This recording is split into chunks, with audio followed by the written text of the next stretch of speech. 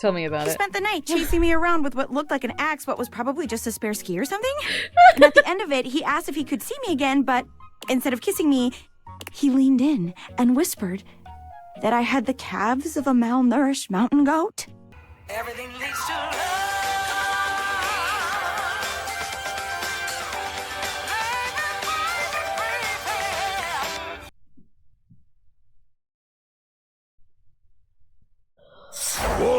Wall.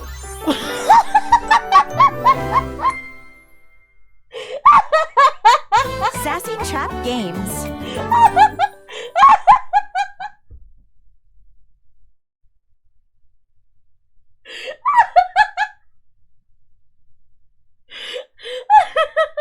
Date everything. I wasn't expecting Wallace to just say, whoa. I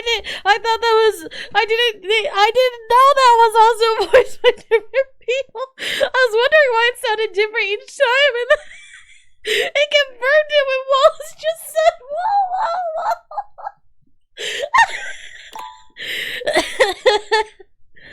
Okay. The modern clothes hanger was conceived in 1903 by Albert J. Parkhouse as an improvement over the coat rack hook.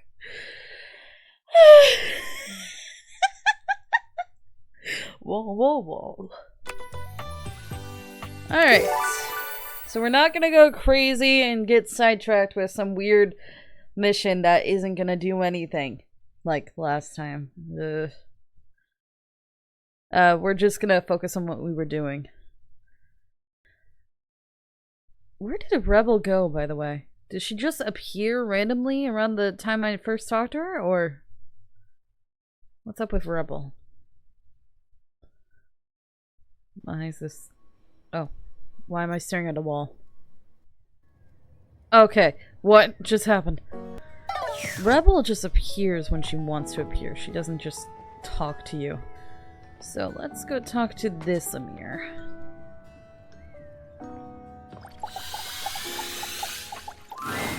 Amir, for once, doesn't lavish you with compliments when he sees you approach. He simply sighs, his expression as heavy as his mood. What? Are you okay? Yes, I am fine. It is nothing. Doesn't sound like nothing. All right, you have caught me. It is not nothing. Very clever, Azizam. I am afraid I am not in the best of spirits.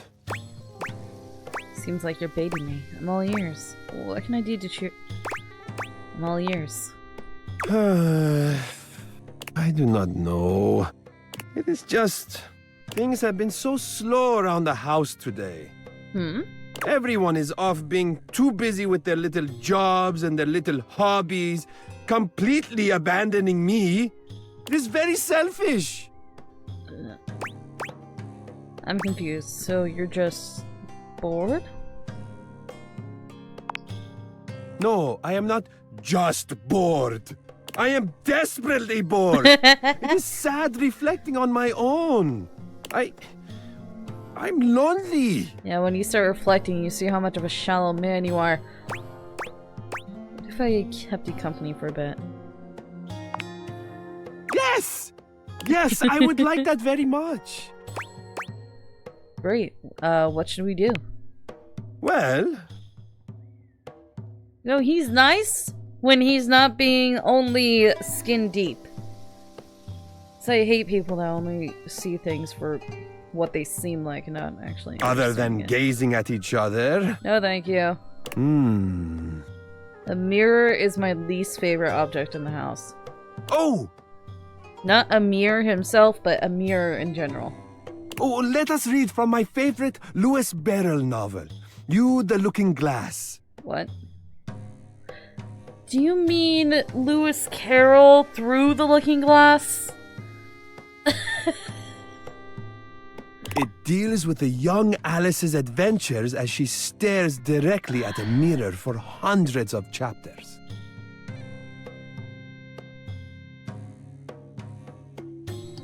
That doesn't sound very enticing. Okay. Sounds good.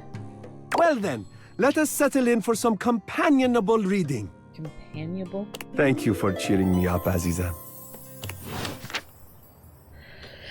I'm still aiming for love endings. I'm not good at it since 7 people hate me, but I'm still aiming for it. Technically, Hoof hates me as well, but I fixed that because I'm like crazy for some Bathsheba reason. looks, for the first time since you've met her, sad and entirely unenergetic. She sighs when she sees you. Oh, hey. Hi. What's wrong? Oh, did someone forget to compliment you?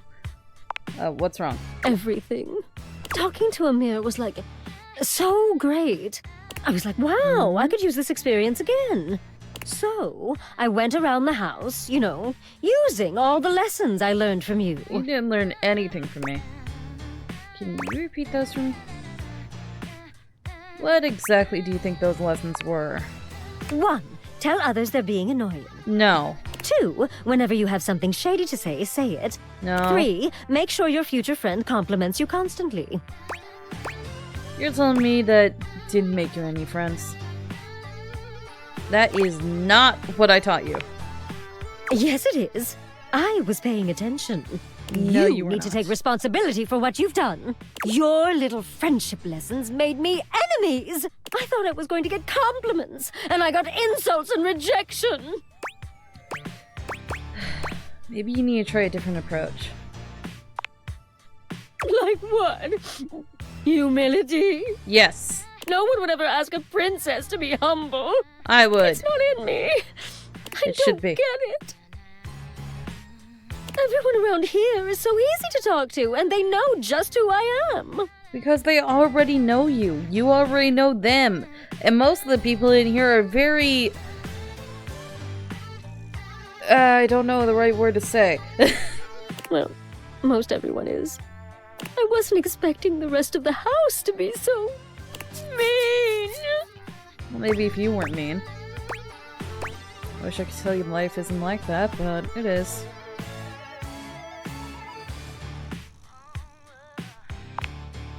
Okay, but like, you could tell me that anyway. It would be nice to hear it.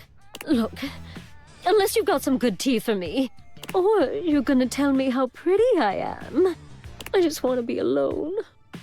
I heard John Liu's upcoming album has been delayed again.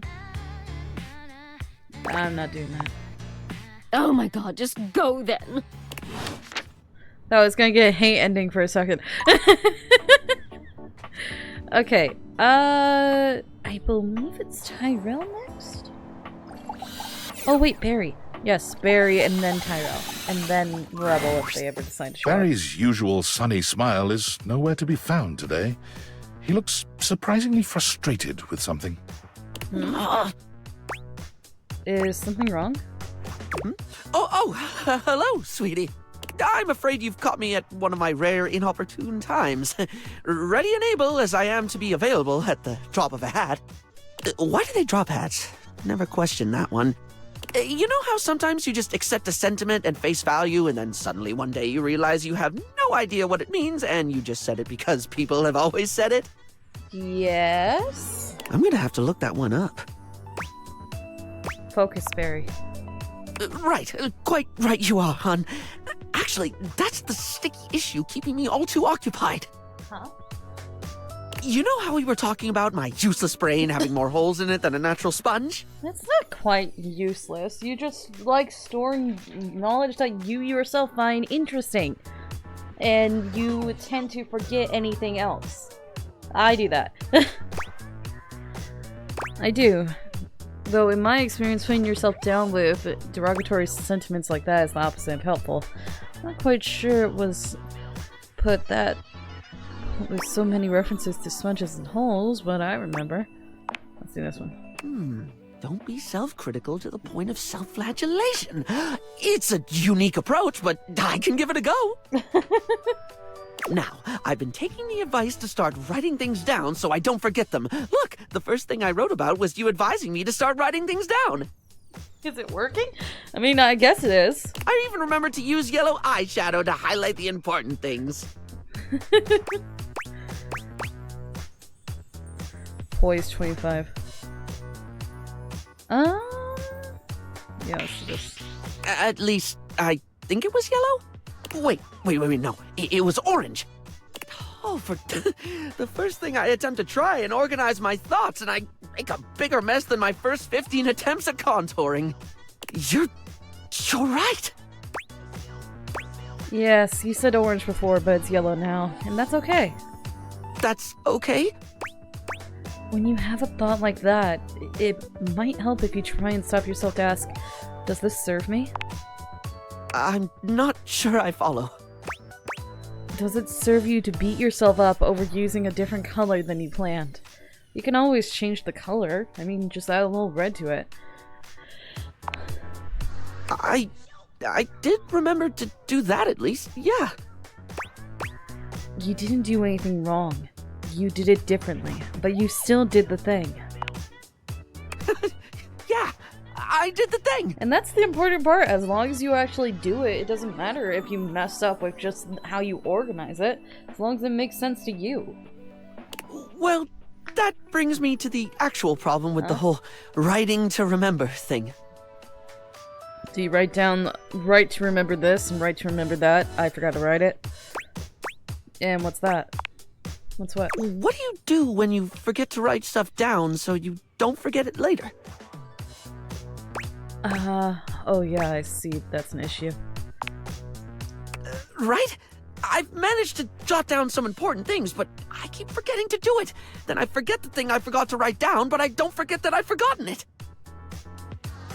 I just remembered that there's something I forgot to write down and then forgot because I keep forgetting to write things down before I forget them. Okay, let's focus on the positive first. You've still been writing, even if you forgot sometimes. Has it helped? Pretty impressive, I suppose, for getting to remember the thing that stops you forgetting.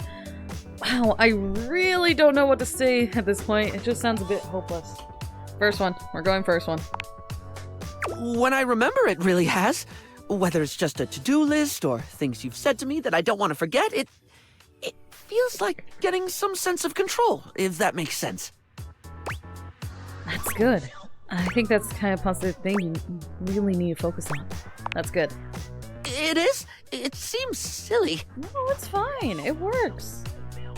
It's what we're trying to do. Why am I trying to help it remember things? I don't know, but it's not silly. Any kind of progress is the spice of life. If you're struggling to do something, even if other people don't, you deserve to feel proud of yourself when you go for it anyway. What matters is that you try. Everything else is just what comes next. Any kind of progress is the spice of life. You have such a beautiful way of looking at things. Yeah, man. Doesn't matter how slow the process is, as long as you are actually making it and doing things. Doing what you want, doing what you love. I don't even feel compelled to draw a tenuous simile involving makeup. I just love the way you think. I care about you, and I'm proud of you for working on this. Seeing that you need help is always brave, especially if you think your struggle is silly. Let's do this one. You're right. This is hard for me. Remembering is hard. Focusing is hard. Sometimes it's hard even when I do remember, when I am focused. I feel like you have ADHD. Because this is reminding me a lot of my sister, who does have ADHD. She changed her diet and she wasn't too bad with being hyperactive. Like, she cut down the sugar, and then she was able to focus a lot better. But she still has a terrible time focusing on things and learning a traditional way. And then she has her own hyperfixations. Like Undertale. Sometimes I know I should do something, and I just don't. I'll say I'll do it later, knowing full well I'm just going to forget. Well, it's because it's not important to you. That's all it is. It's not something you immediately think about. I think that's what they call executive dysfunction. I have enough empathy for this. I like the fact that I now have enough points in my specs in order to actually do things I want. Well, that just sounds plain ominous. It just means that you have trouble starting things sometimes. Really? That's why we're trying the note-taking thing, though. It's not just about remembering stuff in the moment, but getting your brain into the habit of doing it. Let's do this. Oh, like hair conditioning for the brain. Yes! Look, yes, hair conditioning for the brain. Just conditioning works in this context. Yes, hair conditioning for the brain. I think I understand now. Yeah, take it that way. Well, whatever works. What's important is to just keep at it. Sometimes you won't be able to start something even if you remember, and that's okay. What's important is to just keep at it. Thank you. You're the first one I've met who's just been patient with me. And I include myself there. Well, on that note, I best be off. One thing I did remember to write down is that there's a new poron blocker from Smile Republic that I have heard nothing but rave reviews about. We'll see if it passes the berry test. Oh, and I must make a note to find out what drop of a hat means. It just means very quick, or like a very... I think it's either like... drop of a hat. It's usually used in the context when saying that somebody is easily angered, easily upset. Or something is done really quick or really easily. At least that's what I believe it is. I didn't look it up myself, but that's my interpretation. Anyway, Tyrell! Tyrell looks delighted to see you as you come across him again in the bathroom. Hello. Let me see those damp hands. Here you go. Oh wait, I love my drip. Here you go. Yeah. He cozies up against you, spreading warmth through your hands all the way up your body. Gotta say, I love making you toasty more than anything. Thanks. My pleasure.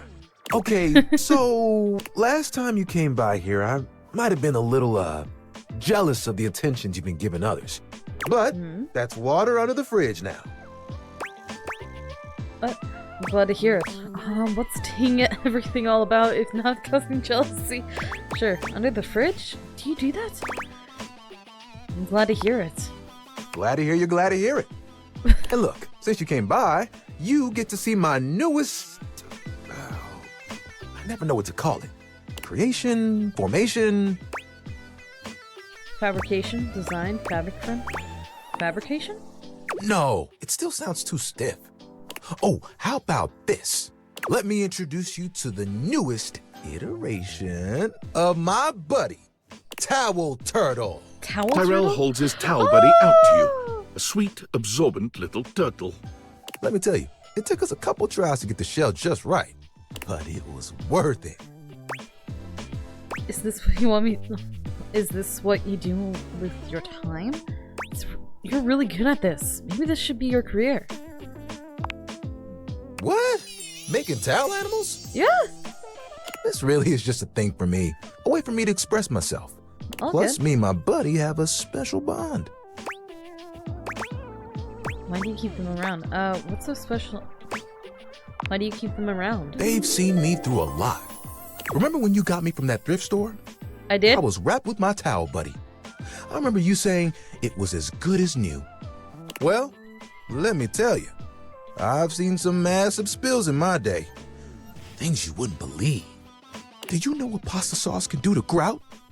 It ain't pretty. But I didn't have to take on the task alone. Nope. There was a team of us, all dedicated to helping keep things nice and dry. I was happy to be with my friends, working together. Hell, we used to hang out at the bathroom bar most nights and just chill. There was a bar in your old bathroom? Sounds like a nice way to relax. Oh, it was the shit. Hanging out with people who get what you do, nothing like it. Towel buddy over here would do tricks, turning into different things, making us laugh. Every colored towel you could think of, all in one place. And the linen closet? Always a party. Sometimes it was so full, you couldn't get a shelf. Those were the good times. Where's everyone else? This story is way too long. I feel a twist. Where's everyone else? It makes me shudder to think of it. Huh? It was a day that will go down in infamy. It was spring. It was raining something crazy. And our owner had their grandkids over. Rain, children, towels. You guessed it. All 7 grandchildren came over. All 7 of them decided to play in mud. I'm guessing they stained all the towels. When they came back in, they just started snatching my friends from the closet. Towel Buddy and I just watched in horror. Oh, they took them all one by one, but me, I was on the bottom. And I just saw it happen. I whispered to myself, those are some tough towels. They'll be fine. When they came back from the laundry room a few days later, it was too late. They had become... Stained? Pauses, as though overwhelmed by the horror. rags. What? How rough did the kids with the towels? How did they turn the towels into rags? How rough were they with the towels? What? No, rags. Rags! You've got to be stain resistant to stay in the game. That grape juice, you can't let it stick to you. But if you let mud stay on a towel for days, oh, it can be too much. I know that if Washford and Drysdale had been there, it would have been a different story. They could have saved a few of them before the stain got in too deep. The way they were treated was way too much for them. When the rest became rags, our old boss wanted a completely new set. Of course he did. He saw that I was still strong and decided to donate me. Are you scared? I was not scared. It was a hell of a disaster. But I had my little buddy with me. And we kept each other company. And I knew I would make it. I'm Brazilian. It's in my fibers. Can I see your hand? Give Tyrell your hand. No question. You extend your hand to Tyrell, and he takes it, his touch gentle and unassuming. When you touch me by my hand, what do you feel? That spark? You felt that too? I don't think it's just static electricity either. But there's something else. Feel the texture of my hand. The way I'm made. Soft but sturdy. Hard-working, yet comforting. I'm warm. Very, very warm. You noticed, eh? And my little buddy here helps me channel all those bad things into a way I can express my emotions. All that to say, I'm premium. That's why they call me the Lord of the Rings. Really? Really? I'll let you have that one. I get it, and I love it. Yeah. After all that, and you still want to do the same work? I'm surprised you still love what you do. I like it, but it isn't what I want to do forever. What do you want to do then? What else do you want to do? Picture it. The music of summer playing over a speaker. Perhaps a Bluetooth. The smell of sea salt and tight canvas in the air. To your right, one of those tall lifeguard stands that someone in bright red shorts sits on. To your left, a couple that most likely had an argument in the car. They both try to make the best of the day. It's super awkward. Who's my favorite character? Oh. It's honestly Nightmare, but Nightmare hates me! Nightmare is my favorite, but they hate me. I messed it up. I couldn't get them. And there I am with you, stretched out in the sand, a giant umbrella behind us, blocking out the sun. You want to be a beach towel? And us just chilling. Can you guess what I want to do? Beach towel. You want to be a beach towel? Ding, ding, ding. That's right. I mean, I can take you to the beach. You can really take any towel to the beach. Beach towels have it made. They just lay in the sand all day, taking in all the sights. Yeah, but they get super sandy. At night, they get to sit next to a fire and listen to someone play one of 3 songs they know on the guitar. Apparently you're supposed to get Nightmare to believe that you're afraid of them, and I screwed it up by trying to chase a relationship. I needed to be scared. My bad. I am really upset that I did that with Nightmare. They won't even talk to me anymore, and I'd still get to dry people off, and the sun would help me do my job better. And who could ask for a better view? Clear blue waters, open skies. My towel buddy could be there too. Oh, I could fold you into a fish or a seagull. Would you want me to go with you? Oh, of course. We'd have to go together. Just promise me you won't get mad if I track sand in the car. It's kind of a hazard of the job. I go to the beach with you just to see you smile. But you do great work here. We need you here. I don't think you as a beach towel would work. Yeah, I don't.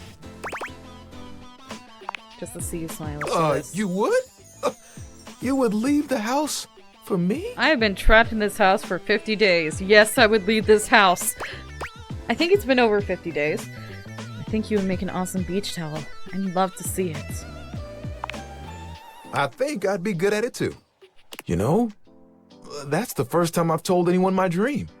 What day is it? I've lost track of the days. It's been weeks. I'll be honest, I was a little worried that you might think it was silly. I don't think it's silly at all. We all have dreams. There isn't anything wrong with that. What's silly? You're too small and dainty to be a beach towel. Tyrell fans his face with his hands. Tyrell, don't cry. Who's gonna dry you up? You're the best, you know that? And think of all the sunsets we could watch together. You and me, cuddled up real close. It would be like nothing else mattered. Even if it was just for a few moments. Oh, that would be awesome. We've got to make it happen. As long as I'm there with you, I know it will be perfect. Nothing will keep us apart. You know what the really cool part of this is? You're part of that dream now, too. Hey, I've got an idea. Towel buddy. Remember that one I've been saving for a special moment? I think it's time. Huh? What are you doing? We'll be right back. Tyrell disappears from view for a few moments. What are you doing to the turtle? Just like that. Tuck it under. I like the turtle. Ooh, you look so good. When he returns, he holds his towel buddy out to you, now in a new and delightful shape. Well? It's a pig! Oh, look at the cute piggy! He's a little poopy pie. I had to make sure I got the nose just right. I think Towel Buddy will be like this for a while. Really, Yogama?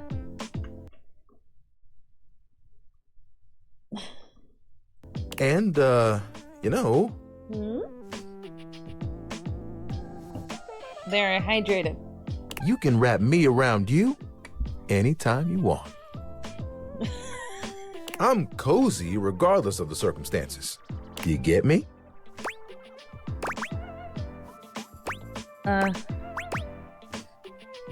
Start sweating. Oh, sorry. I shouldn't talk like this in front of Towel Buddy. He's just a washcloth after all. But the offer still stands. I look forward to those sunsets. I think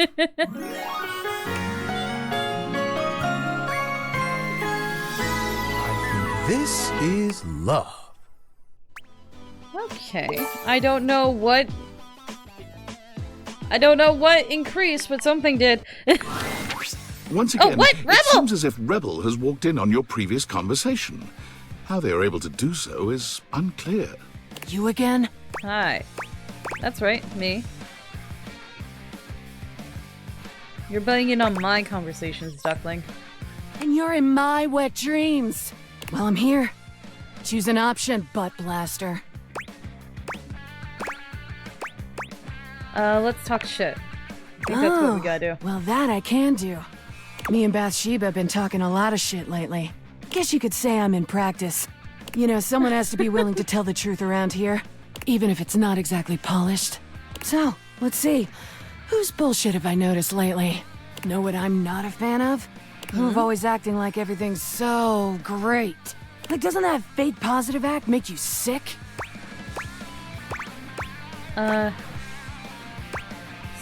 Pretty... Citrain? Like 20 packs of Sweet and Light. Know what else I've noticed? What? Tell me. You met that golden trophy twink stepbird? Yeah. Like, when's he gonna realize he's so hungry for a daddy? And come play with me. He's just wasting his time with all that sports balling. What is up with you? I should have known this is what was gonna happen. Yes, I've met Doug. Gosh, Rebel! Why? Separate shirt. It's looking like a lost little boy. I'll help him find himself. Know what else I've noticed? What have you noticed? Tell me. How about that Betty? Giving it away day and night, and all warm and cuddly after? I mean, I like to party, but she's so... gooey. Like, aren't we all just trying to mash our bits together? He's great, actually. Do I just agree with her? Betty's great, actually.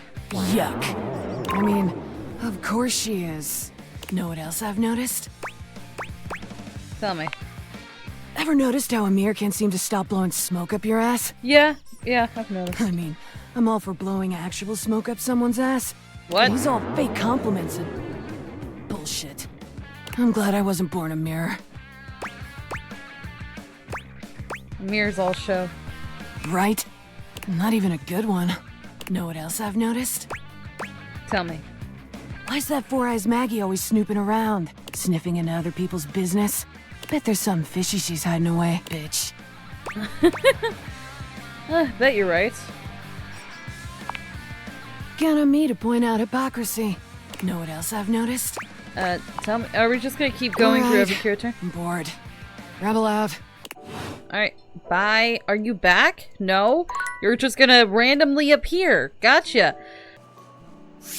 You are looking damp. You are looking damp. You are looking Oh, damp. what? That one's flying. Oh, it turned... it turned into a little You are elephant. looking damp.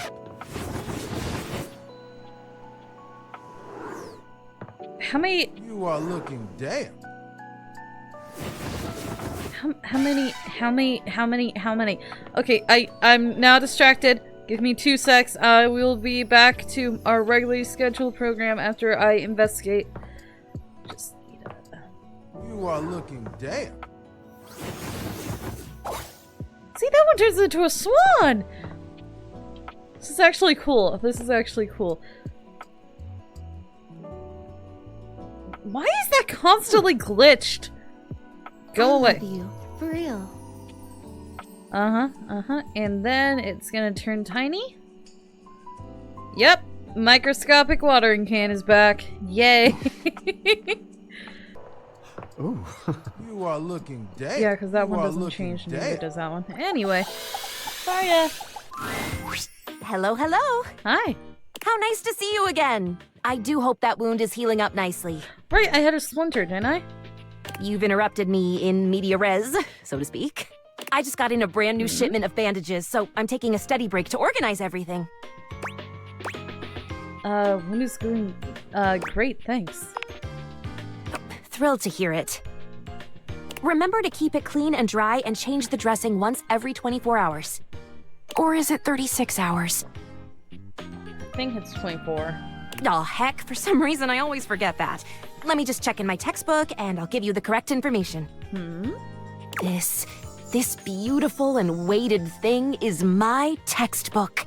I'm not sure if you can tell, but I love it very much. Oh, I can kind of tell. I study every single day and I have my big test coming up soon. In fact, might I ask you a favor? What? Go for it. Would you be willing to help me study? Perhaps, despite appearances. I'm a bit nervous. I could really use some support. Did the other option say no, you can't dissect me? What? For sure, I'm a great study buddy. What do I have to do? I really appreciate this. You're helping me realize my greatest dream. Faria hands you a piece of paper with an anatomical drawing of a skeleton on it. Well, I've done this. Here, take this page from my book. You can get familiar with the answers you'll need to quiz me on. If you need help reading, they will appear in that newfangled data dex Phoenicia has been telling me about. I'm very much looking forward to seeing you again soon. Huh. Oddly, I don't even care if you're injured when you come back. How interesting. Until later, friend. Okay. I don't care if you're injured. That's a great thing to say. Number of bones in the human body is 206. Is that what we were supposed to... Okay. Anyway. Right, back upstairs. And we finished the stuff with Tyrell. And Rebel, it doesn't count as a charge at the very least. She just appears, and then we talk to her. So, we talked to that one. Let's talk to this Amir, actually. I don't think I talked to this one, actually. Amir is pacing when you come upon him, venting his frustrations aloud in little half-sentences. He looks positively furious. Oh! Unbelievable! What? How dare! After I... How... Ah! I'm getting a feeling that something is bothering you. What? No, perhaps. Why do you ask? You seem really unhappy right now. Just a lucky glass? No clue. You are so perceptive, Juna. I love that about you. I suppose I am feeling a bit stressed. I'm here if you want to talk about it. Come on, tell me he drag it out of you, Dish. Let's do this one. There have been some tensions lately. I am ashamed to say I have been clouded by them. That talentless, low-pressure hack of a singing shower steamed up the entire bathroom again while I was taking my beauty nap. And while I was resting, Jean-Loup drew all over my face in the steam. He gestures to himself, Jean-Loup's crimes evident all over his reflective surface. Look at this! Look at what he has done! His greasy little toilet prints will never come off. Who does he think he is? I cannot stand to be in the same space as him. That's awful. Here, I'll clean you up. You give Amir a thorough cleaning, erasing all trace of Jean-Loup's grubby little hands. Oh. Your touch is exquisite. Thank you for making me presentable and reflective once more. Okay, that was it. Alright. Now Bathsheba. Bathsheba is glaring at you. You've never seen her so sincerely unhappy. Well, well, well. Are you gonna hate me? If it isn't you, the dumbest, loserest loser I've ever met. What is your problem exactly? You! It's you! Huh? You walk into my bathroom. You start talking all this stupid stuff about how I don't have any social skills. Meanwhile, you're just putting me down and being rude and trying to embarrass me in front of everyone. I was wondering why I've been so sad lately, and then it hit me. You are jealous of how popular and loved I am. So you set up this little scheme to embarrass me and make me look like a loser. When the loser all along was you! No, it's very much you. If you're really that popular, there wouldn't be much I could do to ruin it. I was gently trying to help you. Well, you didn't! You better enjoy this, 'cause this is the last time you get to look at my gorgeous face! She pauses for a few seconds, presumably to allow you to take it all in. Okay, you got it? Need a little longer. Please. Well, too bad! Get lost then, ding-dong! And it is. Go soak your head, loser! Number 8. Yay! I actually tried with her. Looks like you're all wet. Hi, Reggie. Bye, Reggie. That wasn't a very long conversation. So, can I wipe off the old concealer, so to speak? I've got something that's been on my mind a lot since last time we talked. Sure, Barry. Please feel free to share. I'd love to hear your insights. If I'm, like, really, truly honest, I don't think I like me very much.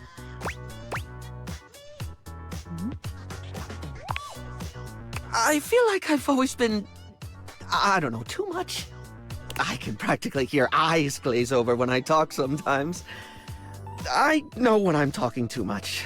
I know I can get too into someone's face like the world's most enthusiastic pore unblocker.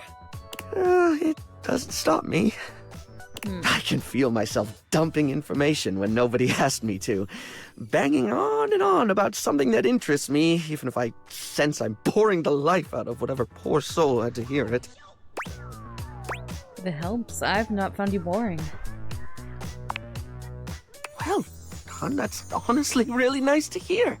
But like, with me, I'm always on to some degree, you know?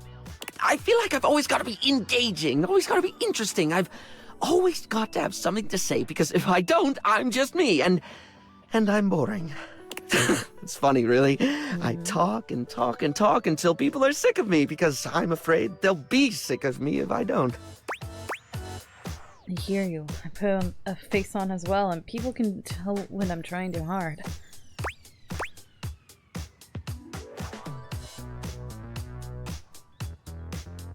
This one. For me, that's outgoing to a fault, who's overly confident, who's just so fabulous, darling. It's kind of like I'm wearing a mask of my own face. I'm not pretending to be someone else exactly. It's more that I work so hard on projecting what I've always thought was the best version of me, because I'm afraid of people seeing all of me. But I have to admit, holding up the mask is so exhausting. Yes, it is. Trying to hide the bits of you people find inconvenient hurts. Thank you for hearing me out. It means a lot to feel seen. When Rebel hi, walks in Rebel. on you this time, they seem to be unaware of your presence. Unlike your previous encounters, Rebel is gazing off into the distance with a strange look on their face, as if they could see through the walls, and they're searching for something out there. Maybe even something they know they will never find. Reb? Straight away, any hint of softness in Rebel's face dissolves. They turn on you, the mask already back in place. With a disdainful laugh, they raise an ironic eyebrow and put their hand between their legs in a gesture that can only mean one thing. What's wrong? You caught me in a moment of post-com clarity. And you came to tell me that? I thought you were sad. Yeah, it looks like you let your guard down. Only thing I get sad about is when the poppers wear off. And then it's just until I can find someone new to pound into next week. You want to be the next merry-go-round?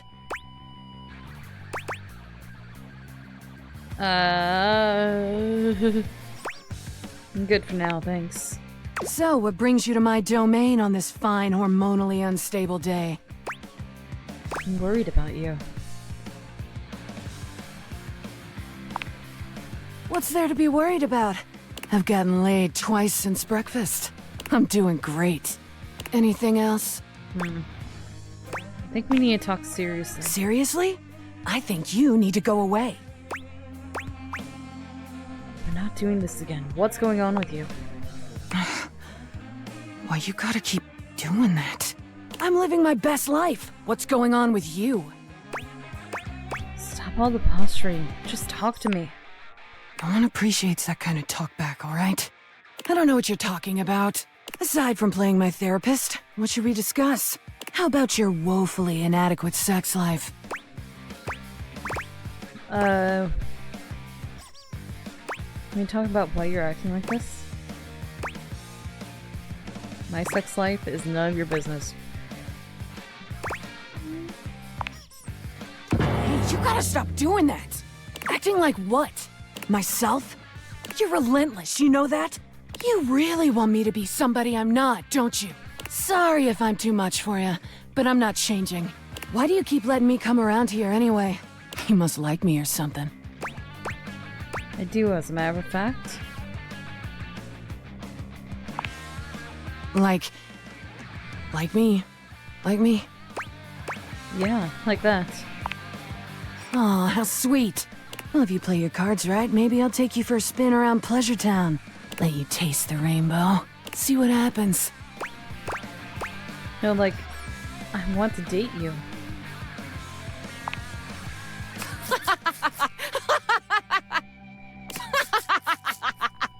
Oh, wait. Sorry. You weren't joking, were you? I don't, date. I fuck. Anyway, as scintillating as this has been, I gotta go. I'm gonna go laugh at the living room. You know, like, all of it. Okay. Where do you go? Why does she just disappear? Can I find her at all now? No? She's nowhere here? She said she was gonna laugh at you guys. Guess not. Alright. I think we're on Faria now. Oh, hi there. I feel like she does. I think she's putting on for a show. Welcome back. Hi. Wounds? Injuries? In addition to bandages, I now have ointments. All bones intact. No active bleeding. Aw, heck. I mean, well, I suppose it's good you're not expiring. Finding that I would miss you, weirdly. Not weird. Whoopsies, not weirdly. You're excellent and fully missable. I just usually don't miss anyone. Oh, except for this one armoire I knew who managed to take an honest-to-goodness axe through one of his doors. What? That was a fun surgery. What? So then, how are we feeling today? This is the traditional question that doctors ask, you know. I'm practicing. I'm feeling good. Good? How good? Good as in good enough that you could run a marathon? Or good as in you're putting on a brave face but shriveling up on the inside good? Shriveling? What? Am I a raisin? Technically, raisins are shriveled, not shriveling. You, if you were putting on a brave face, would be actively in the process of shriveling from the draining of all the energy needed to maintain said brave face. So, from a technical perspective, in no way are you a raisin. Well, that is good news. I thought so. My medi-senses were going absolutely bananas looking at you and expertly reading all the signs and symptoms, and I just knew it. This person is tired. Yeah, who would have thought being unemployed would be so exhausting? I'm slowly descending to zombie status. Zombie? Oh my textbook has definitely not covered what to do in the event of zombie. What? I imagine I'll have to impale you with some kind of stick, wood, or maybe a fireplace poker.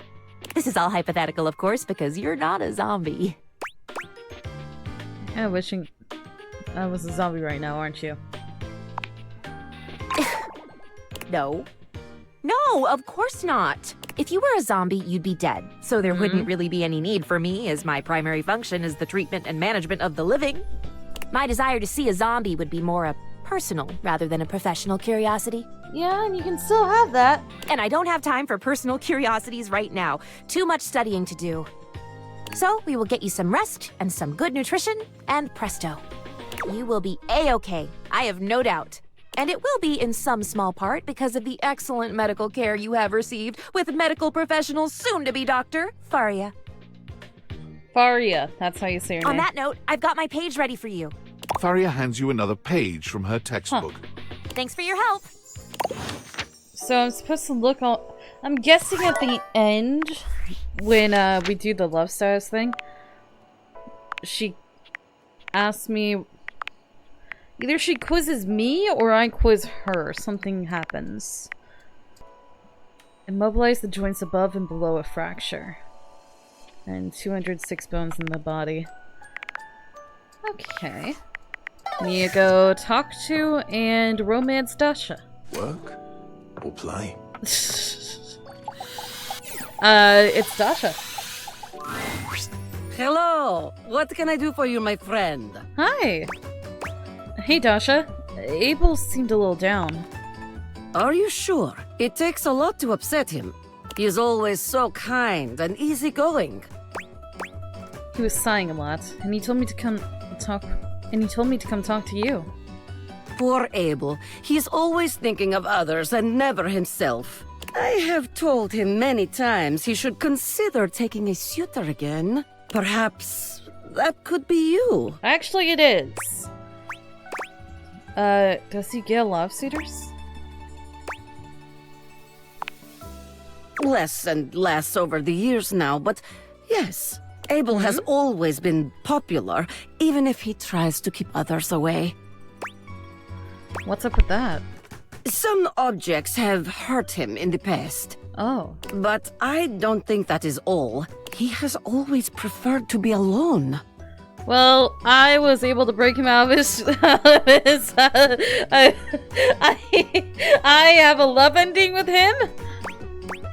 I don't get it. I feel like everyone I talk to says he's so supportive. He is very supportive. You need something done? Abel is there. You are hurting? Abel is there. As long as it is about you, Abel is there. But when the attention is on him, he is freezing up. As he would say, like hairless cats jumping into a bucket of ice. Why, though? Why, indeed, I do not fully understand his way of speaking. I mean, yeah, that, but why does he freeze up? Ah, yes. I believe he is afraid. Afraid of what? Of himself, perhaps? Or of loneliness? But he spends most of his time alone. Being alone and being lonely are not the same thing. Abel does indeed enjoy solitude. But I think even when he is alone, Abel carries others with him. The loneliness Abel fears is that of rejection. To give so much of himself freely and have that thrown aside, I think it would ruin him, and he is knowing it. Jeez, right. Guess he's not for anything casual then. Yes, nothing casual. If you want his heart, you must mean it. But I know this. If you do pursue him, he will not let you down. Thanks, Dasha. This was really helpful. Happy to help. Bye for now. Okay, well, that wasn't what I was intending, but alright. All good.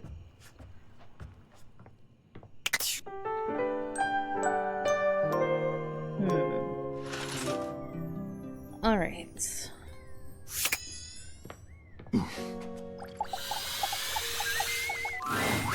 Ah, my very favorite reflection. My least favorite. Did you need something? I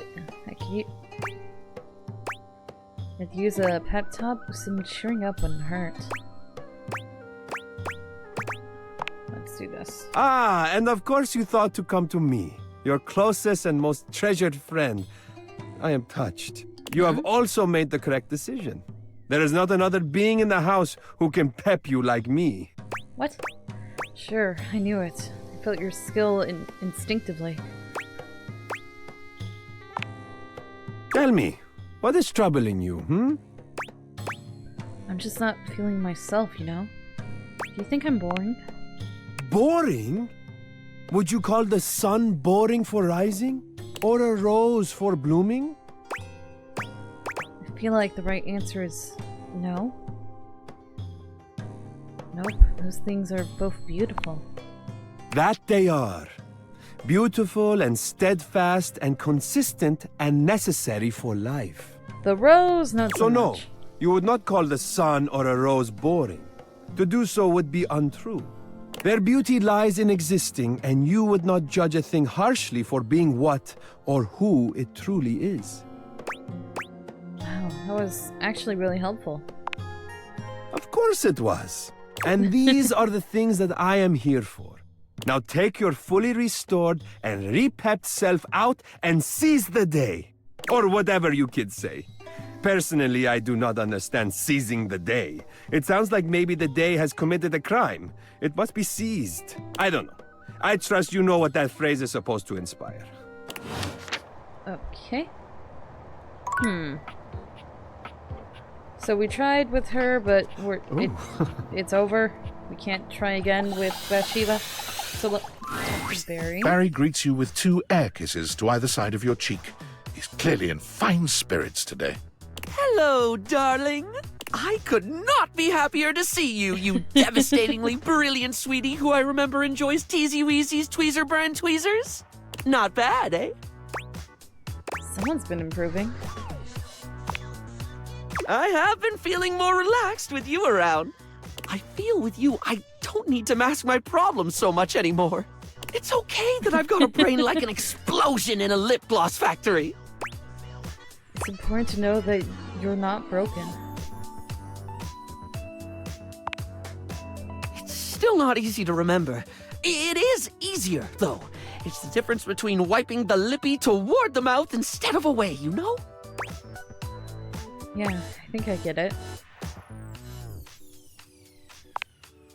I'm so glad you do. Sometimes I think the whole makeup metaphors get a bit too overdone, darling.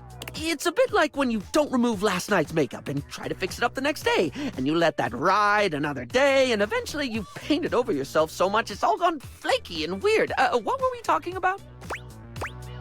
Not doing makeup metaphors anymore? Right. Oh, question. What do you think of toucans? The bird? They're pretty cool. Sorry, off topic, I know, but like, I've been getting really into toucans lately. They're just really neat with their big old beaks and oh my god, they're so pretty, right? I've been trying to work out my favorite toucan. They're all just so aesthetic. You've got the Toco toucan, or Toucan Classique as I call it. A timeless black and white look with the iconic yellow beak offset by deep blue eyes. But there's also the chestnut mandible toucan with a diagonal color split down the bill, contrasting a rich yellow against a brooding maroon. Dude, please go on. Oh yeah? Wonderful! I want to hear more about toucans. I was just about to gush over the keel bill. Its beak is mostly green, but it has this bright red tip that fades into orange in a streak that almost looks painted on. It's just on the right side of garish, and I'm pretty sure I've got just the right combination of shades somewhere around here. But if you're looking for something with a little more blue, you need look no further than a Chanel-billed cutie. Has this amazing pastel around the eyes and a more sky-toned blue at the base of the beak. Really gives me some ideas for a look. Not big on toucanettes, though. Bit too drab for my tastes. I'm quite interested in you. Oh, well, same, darling.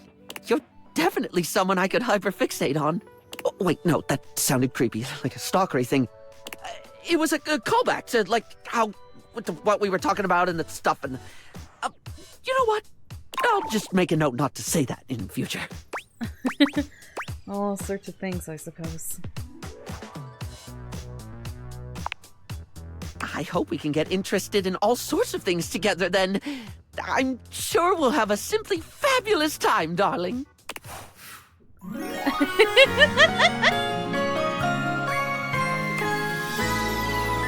You're my favorite fixation. Okay, that's interesting. Okay, we got more of something. It's Rebel. Rebel. If it isn't my favorite piece of eye candy, I'd say it was great to see you, but that would be an overstatement. It's okay to see you. Reasonable? decent. Good day to you, too. You know, I've been watching you, and I see the little hero complex in action. It's kinda hot. In an unhealthy sort of way. But tell me, is that what you're doing here with me? Just like the abuse. If by that you mean try to be friends, sure. Nah, just like the abuse. Clearly. Well, anyway, you caught me in the middle of something. Come here, let me What? show you.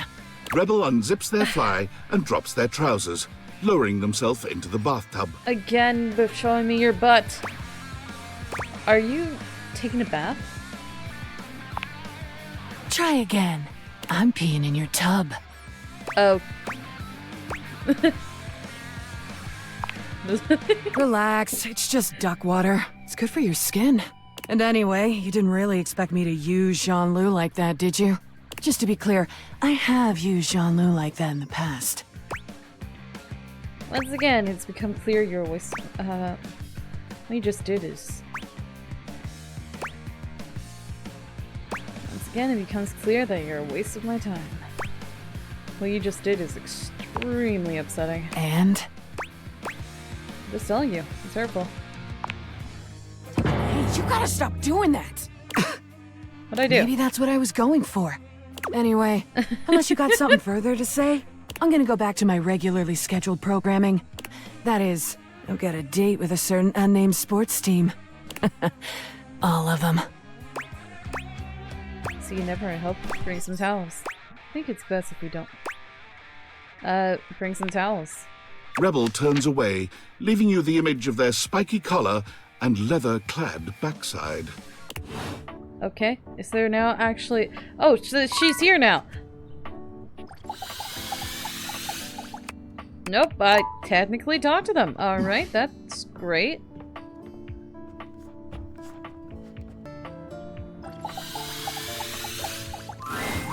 Well, if it isn't my favorite patient.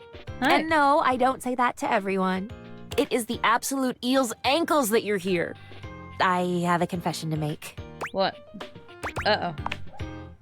I have spent the time in between the last time I saw you and right this precise moment worried down to my very bones about your health. Down to your bones, huh? Yep, right down to the little tiny ones in my ears. Just answer this question for me. Do you have any of the following symptoms? Loss of appetite, dry skin, fatigue. Freya, I do not have whatever disease you're trying to diagnose. What's going on? I've read all about it in this book. It's so passé. Diseases that are out of vogue. I've been so enjoying my studying for the test, and I'm just so ready and excited to be a real doctor that I decided to do a little extracurricular work. As you might imagine, I don't have a library card or anything, so when I saw this book and saw diseases in the title, I thought, well, bee's knees, that's for me. It's been giving me the heebie-jeebies for the longest time now, but I have to know what I'm talking about if I'm going to be a true healer. Admire your enthusiasm. Oh my, I'm quite tired, actually. I do have another page for you, but I think I'll maybe give it to you and then I'll just go and rest. It is exhausting carrying this much. Faria hands you another page, one hand held delicately to her brow as she wanders away. ABC. Why'd that say ABC? What the heck is going on with you, Freya? Airway, breathing, circulation. That's what it is.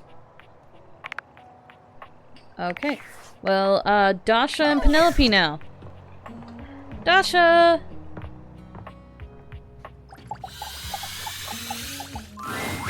Dasha is lifting an enormous stack of papers over her head, standing on one leg, barely breaking a sweat.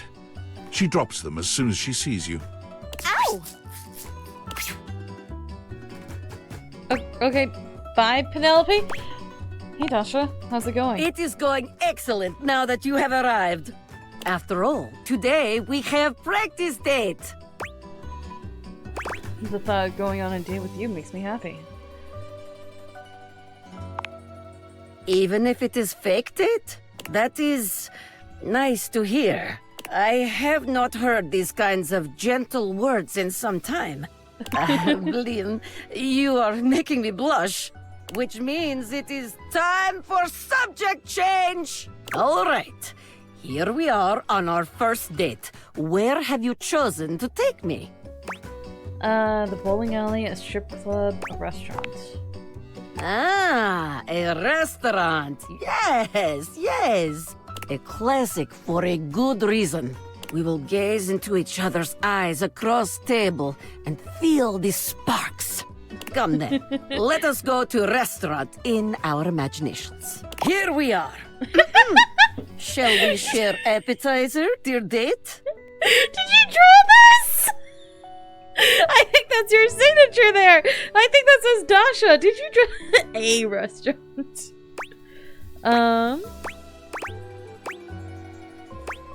The priest's smile is all the appetizer I need.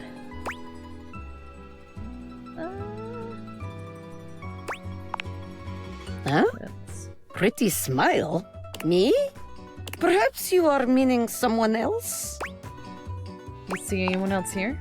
This imaginary restaurant is filled with people. Like herring in the barrel, as my father always said. Perhaps our waitress has impressed you with her pretty smile? I'm talking to you, Dasha. Oh, well.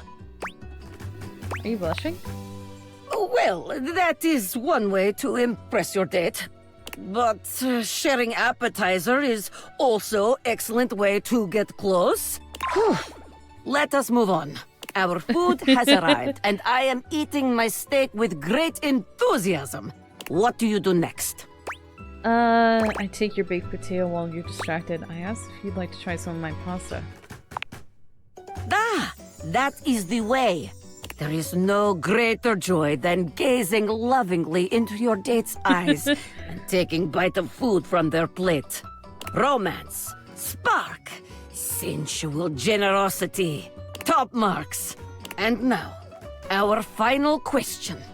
The waiter walks in with bill and sets it on table between us. What do you do?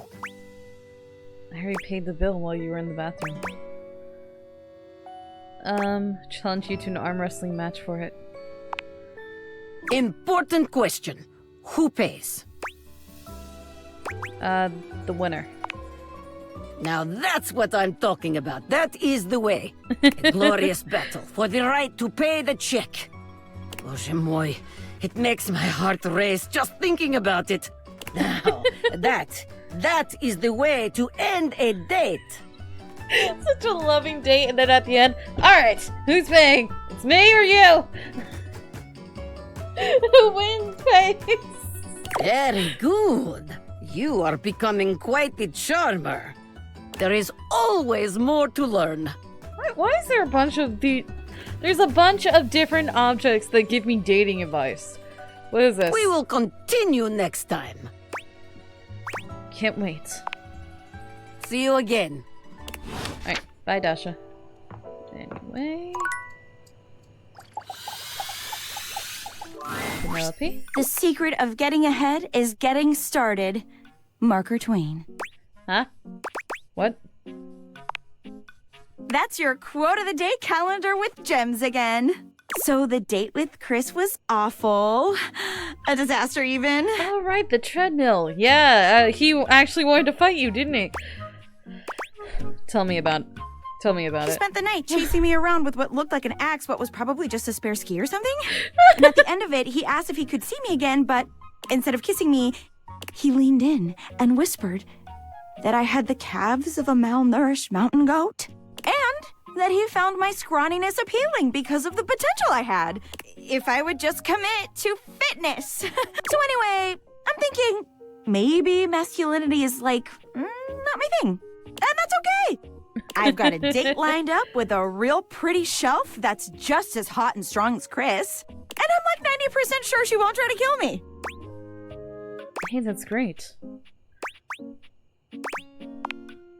Thanks! I think so too. You got any tips for this date? Anything to keep in mind for going out with someone who could totally crush me with a pinky, but is also feminine and fine? Mask or fem? Just be yourself. Feminine and fine? Sounds like you're describing yourself. Just be yourself. Sure. Okay.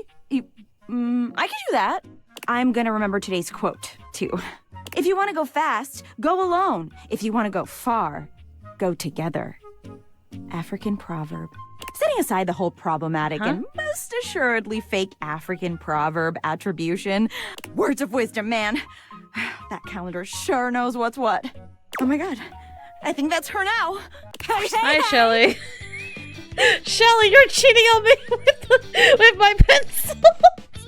I can't even see that straight because I'm doing like 40 objects in the house now. Shelly bounds into the room, lifting Penelope up into the air and tossing her like a beach ball. Shelly! I hope you're ready to get, like, totally swept off your feet. This is a real love connection, and not two lonely things desperately clinging to each other in a last shot at love. Oh, wow! That's just what I was about to say! Oh, the human is here. We're in love, too. Hope you're into that. Please put me down. Oh my god, am I messing up already? I am so sorry. God, stupid Shelly. Shelly drops Penelope like a ton of bricks. Penelope slowly, painfully climbs to her feet while Shelly berates herself. You always do this, Shelly. You get too excited and you just go in. Even though your lover already taught you not to. Maybe you can break from being yourself up to go on your dates.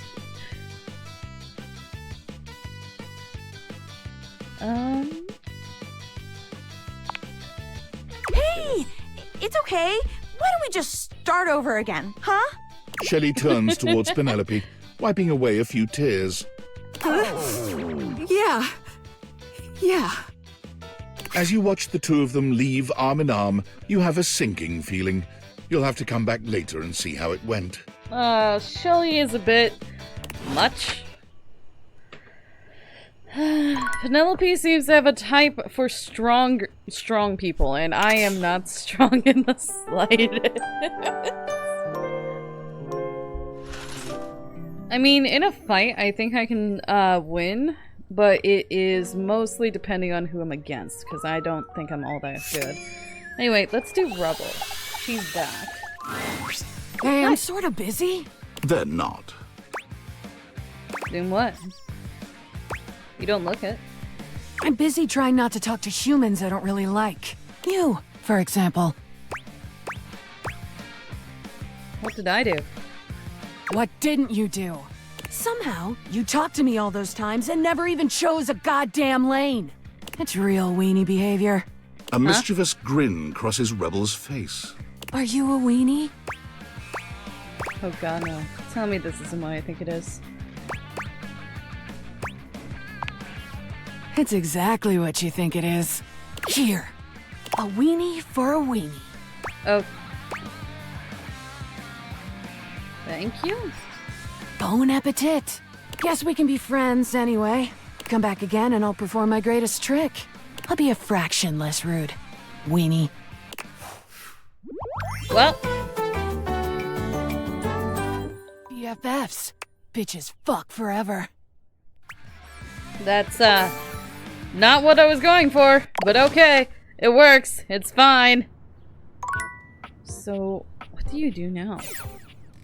Hey, bitch. I'm a duck. Hey, bitch. I'm a duck. Hey, bitch. I'm a duck. I mean, that works. That's fine. Okay, hi, Amir. Ah, my favorite reflection has returned. You say that to me a lot, you know. Because it is true. If it were not true, then I simply would not say it. It is very easy to not say it. Ah, my not favorite reflection. See? Very easy. Awkward, but easy. Cute, but I'm not convinced.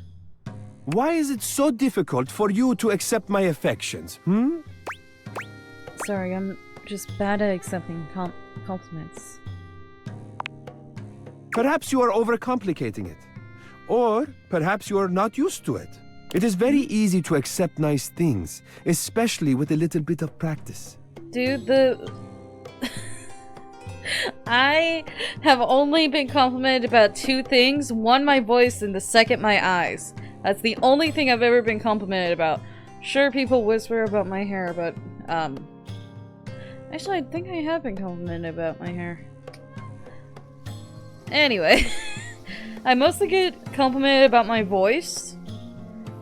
Especially for my, customer service voice. Like, hi, how are you today? Can I take your order? That kind of stuff. That's fine. And then there's...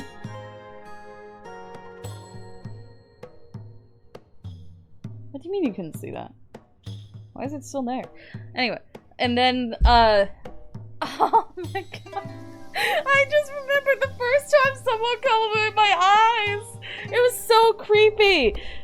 It was one of the first days at work, and I was taking someone's order, and he's just like, can I have, and it's this older guy, and he's like, can I have, and then he stops, looks me in the eye, and just says, you have really pretty eyes.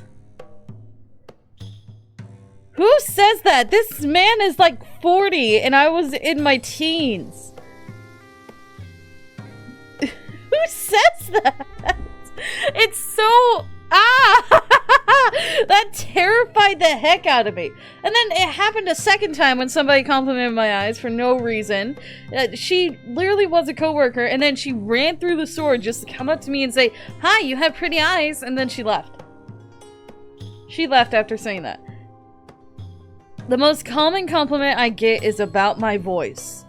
Because some people have said it sounds like a Disney princess. Some people say that they can listen to it all day. They apparently like my accent, which a couple of people have said. Even though to myself I don't have one, but where I live I do. And then the only other compliment I get is about my hair. But it's because I have very unique type of hair. If that makes sense. At least where I'm living. I'm not going to get into that though because that's a little too much.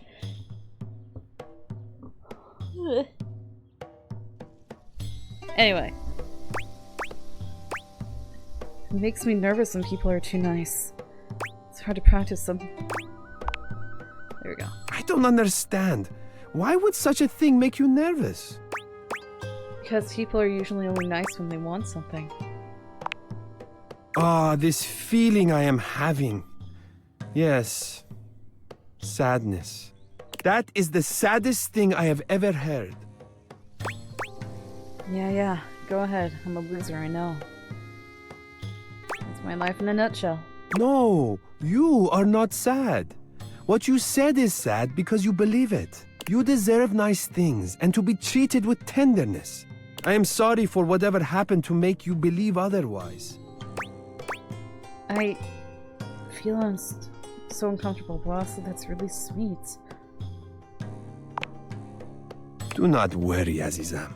I will make sure you receive that care from now on. If you will have it, that is. My care, my affection, my love. All that I am, all that I have to give, I lay at your feet. Interesting. We usually don't share our own insecurities. We usually deal with somebody else's, but alright. Make it sound so easy. It is easy. I feel like most of the history of romance and media would disagree. You misunderstand. I am not asking anything from you. Offering you my love is easy because it is what I feel. What was in my heart from the moment I first caught your reflection. It beats for you, and only you. It is yours completely, without question. Whether you choose to accept it or not, the answer is the same. It belongs to you. Nothing could be easier than giving you what is already yours. Doret begardam, azizam. Will you have me? I'm just as much yours as you're mine.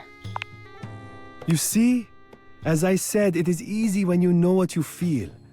We have been drawn together for a reason. You do not need to fear being open anymore, Azizam. I will look after your heart from now on. It is safe with me. Okay. or bully. Oh. I achieved 100 in sass somehow. I got an achievement for that.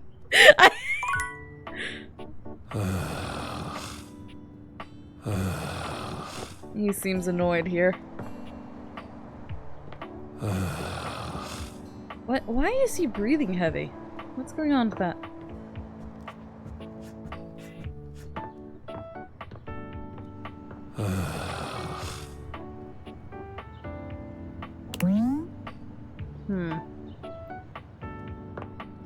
Strange. Is that her name? Is that a she? I don't know. Monster check. You're here! Yes, I am. Oh, good! Well, after the fiasco I put us through last time, I have buckled down and I've been studying like a squirrel. What? And how do squirrels study? Diligently, of course. Ever seen a squirrel tucking away nuts for the winter? Imagine that level of industry applied to the medical school admissions test, and whammo! The long and short of it is that I simply don't have time to chat today. A bit more brushing up to do, and then I'll be ready for our Cracker Jack quiz night. Faria pulls out a small stack of textbook pages, waving them at you as she speaks. I know it's a lot, but here. And if you think these 3 pages are heavy, imagine how much all the knowledge I've crammed into my lid weighs. I'd bet I weigh as much as a tool chest right now with all this information. Faria hands you each page, one after the other, handling them as carefully as though they were ancient sacred texts. And this one? And last? That's a brand of a scalpel. I really appreciate your help with this. The next time I see you, I'll be ready to be grilled. Not literally grilled, of course. That would be very painful. Oh, and definitely not helpful either. I can't imagine grilling would help me to do better on the test. Or maybe it would? Oh, dearie me. Do you think it would? Should we try that? No, you had it right. A regular old quizzing will work best. Okay, back to it. Onwards and upwards. Okay. Okay. She was attempting to grill herself. So we're gonna look at that tomorrow, I guess.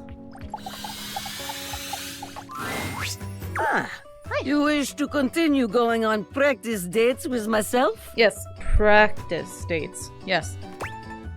Yeah. Practice dates. How did I do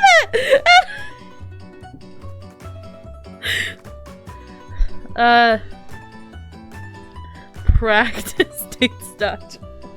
How did I do that? Here are the potential locations for these dates. A strip club? The bowling alley? Here we are at the bowling alley. Dutch. You're at least good at drawing, that's for sure. A lot of people struggle with backgrounds. It is time to rent stylish bowling shoes. We are approaching shoe counter. The clerk looks us both in the eye and asks what we need. What will you do? I look down at your feet and loudly ask the clerk for the largest size they have. Plug my ears to give you privacy as you tell the clerk. I nod at you, allowing you to go first.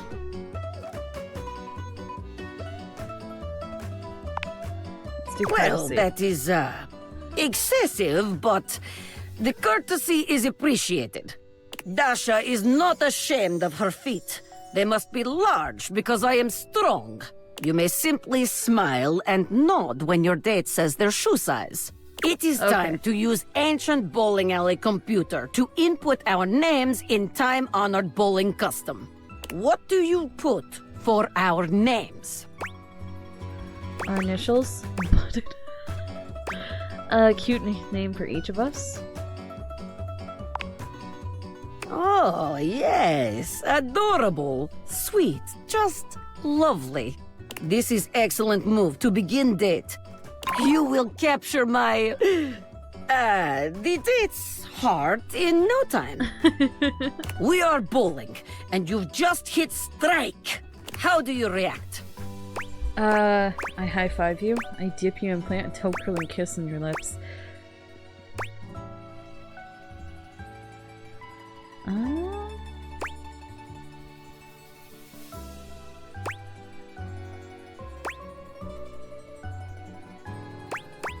between these two.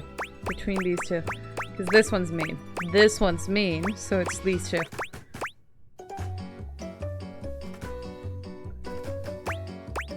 I high five you? Yes, very good. A high five is always welcome in such a situation. You can allow your date to appreciate your strength while celebrating your victory in a considerate way. Wonderful. Very good. You are becoming quite the charmer. There is always more to learn. We will continue next time. See ya. See you again. Okay. She's sweet. Alrighty, now for Penelope. We are what we repeatedly do. Excellence, therefore, is not an act, but a habit. Aristotle. I'm back in the saddle, and that's okay! So I take it your date with Shelly didn't go well? Oh boy! Didn't it? It was a complete disaster. She wouldn't stop crying at dinner. She kept talking about how I was her last chance at happiness, which seemed dramatic because she still is like totally all about you. And that if we didn't hold on to each other, we'd both be old and alone. She couldn't be more wrong. She had a babe like you on a date and cried the whole time?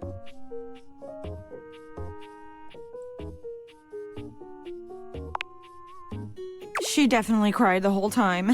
I gave her all the motivational quotes I had, but nothing worked. Like, if I was crying and somebody said to me, "It's not about money or connection, it's the willingness to outwork and outlearn everyone," Spark Cuban, I definitely would have cheered up. But I guess we can't all be me. So, Shelly, not the one. But hey, I managed to get another date lined up on my way back here. And it was like a totally real and spontaneous connection. Not at all because he was, like, around. That would be a pretty bad reason to date someone. It would be, wouldn't it? But that's not it at all. Not at all! Penelope looks past you to the desk. When you follow her gaze, you see a man wearing dice chic standing nearby. Oh my god! Chance! How long have you been standing there? Ho there, fairest maiden! Art thou ready for our date? Are you dating or LARPing? Better treat her right. This is sad even. Are you dating or LARPing? Dating, obviously! LARPing, of course! Oh, we're not going on a date? This is a date? Do you not want to date me? No, I do! Oh my god! Oh my god! He rolls a small die, seemingly thrilled with the result. Okay, it's definitely a date! Let's go! There! See? A real date! Not just me dating a guy out of pure convenience. This is gonna be the one. I can tell. Oh yeah, definitely. I rolled a 19 on my charisma check. This is gonna be truly excellent. I'll leave you to it. Help! You leave them to it. Help! She does not seem infused. Alright.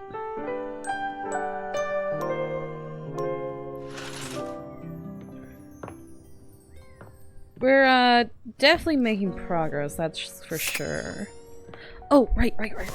So we're gonna talk to Freya. Alright, we need to check this. So, the number of bones in the human body is 206. Immobilize the joints above and below the fracture. Airway, breathing, circulation. Diagnosis are made via the twin passes symptoms with a patient reports to a physician and signs which are gleaned from examination. Sometimes a patient's skin isn't healthy enough for grafting. An allograft, skin from a corpse, may be used. Patients may be awake for brain surgery in order to provide verbal feedback and during the procedure. This lessens the chance of damaging vital brain areas. This is one of the This is the first person we actually had to look at the collectibles in order to get further with. Interesting. It's time. Oh my goodness, I am so ready. I don't think I am. If we were in a hospital, I'd be the surgeon with my hands all washed and gloved and my scrubs on, and the patient comfortably unconscious before me. I guess in this scenario, you'd be the patient? Except you're conscious, so maybe not. Oh, and on the subject of consciousness, you're going to ask me questions from the pages that I gave you, and I'm going to give you the answers. Your job will be to tell me whether my answer is right or wrong. Of course, I hope I get them all right, but you know how nerves and excitement can play with one's mind. I'm sure I'll make mistakes. Please tell me when I do. That's the only way I can get better, and I have to always be getting better if I want to be Dr. Varia. Oh, even saying that brings a smile to my face and a song to my heart. Okay, enough romanticizing. On to the work. Oh, goodness, I'm so excited I can hardly sit still. Let's begin. Quiz me. How many bones are in the human body? Oh, elementary. 206. That's correct. Yes, that's correct. I saw 202 for a second. Next question. Where should you splint a fracture? That's obvious. You splint at the site of the fracture. Not quite. It's above and below the site of the fracture. Oh, no. This is all going horribly wrong. I hope the next question is simple. What does ABC stand for? Ah, this one sounds simple. It's amputate, bind, compress. Close. Sorry, that's not the one. Well, which one is it? Airway, breathing, circulation. That sounds familiar. Next, always next. What are the main ways to arrive at a diagnosis? Symptoms, of course. Not quite. Not quite. What would the other ways be? Finding signs from...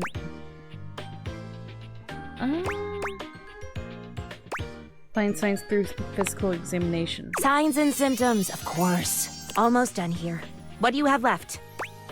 True or false? You can take skin from a corpse and give it to a human. God's alive. Do I remember this one? I believe that it is true. Correct. Well done. The world of medicine is full of surprises. Feeling good now. I think I've got this on lock. What is the last question? You are about to perform brain surgery. Excellent. The anesthesiologist tells you that he doesn't want to put the patient under. For brain surgery? What do you do? Well, I suppose I would have to agree. Why? It is perfectly natural to perform brain surgery on an awake patient. That's correct. Of course it is! My studying was not for naught. Those were all the questions, no? Thank you for helping me to study. I'm confident I will do well. Come by next time and hopefully I'll have news to share. Bye, Freya. I'm hoping I did that right because that was also a quiz of my knowledge. Alright, right, Dasha.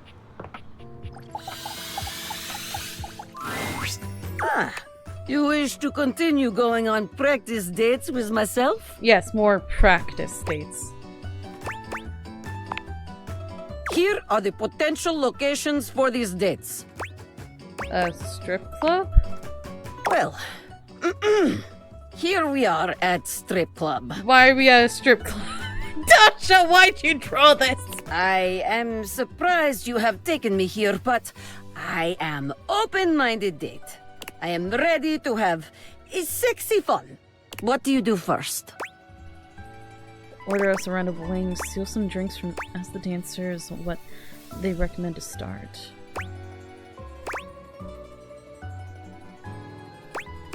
Order us a round of wings? Yes, very good. Generous, delicious, spicy, all the notes you want to hit for date. We are off to excellent start. A dancer is coming our way. There is look in her eye that says, I am coming for you, baby. What do you do? I asked if you'd like me to buy you a dance. I lean in and tell you you're the most beautiful desk here. Jump up on stage and get the club an exclusive one-night only performance. I asked if you'd like me to buy you a dance. Yes, consider it. Sexy, generous. All very good qualities for date. This night is going splendidly. Impressive. I'm just staring at this. I'm confused why there's a dollar coming out of their clothes. Moving on then. The music is pumping, our hearts are racing. Why do these people have bodies and then there's just a stick man in the back? We are having good time enjoying the dancers. A woman named Diamond Delight has given us dance that left both of us forever changed. I don't think I would ever find myself in a strip club, by the way. What do you do when it is done? I tip her generously and thank her. I lean in and ask if you'd like to get... I hand her an Applekeys gift card I found in my pocket. Contains $4.50. I tip her generously and thank her. Yes, yes! It is important to show your gratitude, not only with words, but with money. Thank you does not pay rent. Or tuition. Money is most important, but thank you is also important. After all, dancers are human beings. They are not vending machines for sexiness. I agree. This date is now over. Well done. Very good. You are becoming quite the charmer. There is always more to learn. We will continue next time. See ya. See you again. So I'm guessing Penelope's date with Chance doesn't go well. Hey, hey! Hi. You never told me you were into photography. What are you... It never came up, I don't think. What are you talking about? This showed up on the bulletin board. Penelope waves a stack of photo film at What? you. Whatever you did to make this happen, keep it going. Now, with that out of the way... She turns away from the board, psyching herself up with a little sigh. Huh, no camera required, what? Perfection is not attainable, but if we choose perfection, we can catch excellence. Vince Bombardi. Let me tell ya, Chance? Not perfect. Not even close. But through chasing perfection, I have attained excellence with tonight's date. What was so bad about Chance? Oh my god. Well, I thought we'd have so much to talk about. So what if he's a nerd? So am I! But he checked a stat sheet or rolled dice before he did everything. He ordered breadsticks, pasta, and tiramisu because he had proficiency in Italian dining. When it was time to go, he told me he wouldn't see me again because he rolled a 7, and a 1 through 10 meant he couldn't see me again. I got dumped by fate! You never against me! You deserve someone brave enough to dump... you deserve someone brave enough to dump you himself. I need a dice dump. You deserve better. You deserve me. Okay, well, I'd rather not get dumped, but I hear you, I understand what you're getting at. Okay, enough about that. Let me tell you about the absolute babe I got a date with. She's so out of my league, honestly. I think she was gonna say no. But Office Romance magazine says you can't hit a home run if you don't risk striking out. And I hit a romantic home run for sure this time. As if on cue, Skylar saunters into the office. Penelope lets out a girlish squeal. What? Huh? You're dating my date vaders over me? There she is! The glasses of my dreams! Oh, hey, you. Oh, you're about to get dumped. Well, you did great. Hey, Skylar. Here for your date? Well... Skylar tucks a strand of hair behind her ear, unable to meet either of your gazes. I'm really proud of you for getting out there, Penelope. And you asked me out. And I did say yes. And I've been trying to get ready for our date, but I'm sorry. I've never liked girls with glasses. You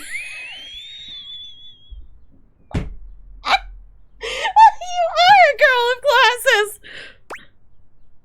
But I wear glasses. But you are glasses. Wow. But you are glasses. It's not the same thing, okay? Do you like other humans? I'm trying. Ugh, this is impossible. You'll never understand. Sorry, not sorry. Skylar flees from the two of you, leaving Penelope devastated and hoping. She got jumped in front of me this time! Quick, get one of your dumb little quotes. Penelope, I'm so sorry. Would you like a hug? Oh, thank you. But even a warm hug can't save me. I'm going to the kitchen. And I'm gonna see how much cheese I can eat before I die of acute calcium poisoning, which is a very real and serious thing. See you later. Maybe. Oh no, she's trying to kill herself. Anyway. Mac! You're back. Yes, I think last time I talked to you I was trying to update you. Sorry if I'm a little groggy. You just caught me right in the middle of rebooting. I don't know why, but rebooting always takes forever after a new OS update. Have you ever noticed that? Right, what's up with that? And it's not just the rebooting that's arduous. The whole upgrade process always takes so much out of you. It's exhausting. Remember the last time you upgraded my operating system? From Atlantic City to Newark? Of course, I got a commemorative tattoo. It's burned into my diodes. That upgrade was supposed to make everything run much more efficiently. At least that's what the commercial promised. No one has ever regretted a move from Atlantic City to Newark, was the marketing tagline. Hilarious. I thought so too. But then, after the install, half of my applications wouldn't even open anymore. And the other half were crashing incessantly. That was a rough few months. Don't you agree? Yeah, that was rough. Those were dark times. But I know from lurking in the Valdivian forums that they've comprehensively debugged this new update. So this time it's going to be different. Hopefully it's worth me deleting my fanfic.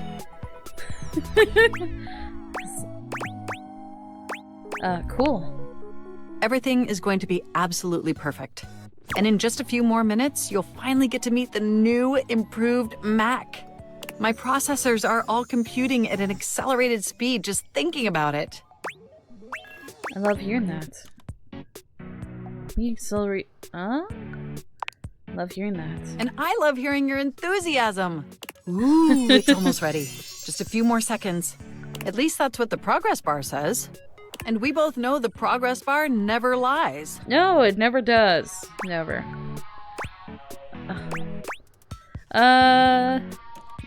You're so funny. I can't help it. Being around you brings out the best in me. By the way, have you given any thought to what you want to do together?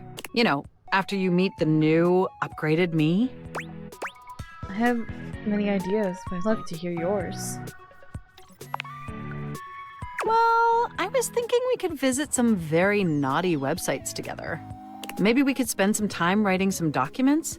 Replace some of that fanfic of yours with some steamy news stories. Of the NSFW variety, of course. Oh, I love that. Oh, I bet that you would. I bet that makes your processors positively overheat. Oh my gosh! It's done! It's finally installed! Yeah, I'm so excited. Mac looks at you with vulnerability in their green eyes. They truly look like a new computer.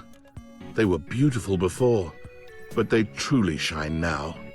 Well, what do you think of the new me? Be honest. Oh, Mac, you're absolutely stunning. I don't see anything different. You're right! Am I crazy? You know, this upgrade really is something. I mean, I knew it'd be impressive, but this? This is really impressive, if you know what I mean. I'm salivating. I don't blame you. It's incredible. I have no clue what changed. Internally, I'm processing information so much faster and so much more efficiently. It's an internal. It's like my mind has achieved a level of enlightenment far beyond what I could even imagine previously. Here, ask me a question. Any question. What's the meaning of life? Is there a god? How many marshmallows can I fit in my mouth? What's the meaning of life? You won't believe it, but it's love. I thought you were gonna say 42. And I can now see that you were indeed wearing a fantastic red shirt this whole time. Moving on to my appearance. Oh, wow. This operating system is sleek, exquisite, and downright sexy. Let's be honest. This is a user interface that is just begging to be interfaced by as many users as possible. Am I right? Wait, what does that mean? You're saying that you want to see other objects? Wait, what does that mean? Oh, I'm so sorry. I certainly didn't mean to hurt your feelings. I was just thinking that maybe, in order to fully commit to each other, it'd be healthy for our ultimate emotional connection if we spent some time seeing others. Don't you agree? I guess. It's not that I don't want to be with you anymore. Nothing like that. Through the experience of being intimate with others, ultimately, I think we'd learn more about what we truly need in a partner. And armed with that insight, we could return to this relationship with the tools and experience necessary to ensure an optimal romantic outcome. Okay, if you think that's best for us, I trust you. Wonderful! I think this is an exceptional plan. We'll spend a little time apart, interfacing with other individuals, and then we'll reconvene back together. I think that experience will be extremely beneficial in determining our ultimate compatibility. And if nothing else, it'll give you some time to work on a new, more elevated fanfic of yours. Do we have a concordance? Okay. You are the absolute best. Enjoy your little sojourn in the offline world. It doesn't make any sense to be upset about someone else dating somebody after I'm literally dating everything in the house. It seems a bit hypocritical if I'm like, no, you can't date anybody else, it's just me, you're supposed to love only me. That doesn't make any sense. I've literally dated and in romantic relationships with 40 people, and they don't care if I'm seeing other people, so why should I care if they see people? I hate when people are hypocritical like that. It's fine if we see other people. Who am I dating now? Right, I know who I'm dating. I am dating this. As you enter your office, you're surprised to find it much more crowded than you're used to. Willie is standing in front of a group of 5 men in jumpsuits, and they seem to be scrutinizing her almost as much as she is them. No! Not the Hanks! Willie! Not the Hanks! There you are. We went ahead and started without you. No. Speed! A buffer! The Hanks! The Hanks! Not the Hanks! I don't like the Hanks! Go away! What was that? Oh, right on, new homie!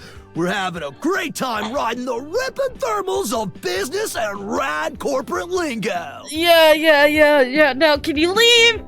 Can you get these five idiots away? Please, I hate them. Please. Please, let's keep it professional. You're at a 10 right now, and I'm gonna need you at a 3. Ooh, on 3. Quiet down. Yes, homie. Or, ma'am. Extreme sports and working in the corporate world are essentially the same. So there's no doubt in my mind that I can handle this. Is it? But I need to know if Hanks Limited is ready to expand right now. What sort of time are you all putting in? What are your typical office hours? Big thrills don't have office hours, dog.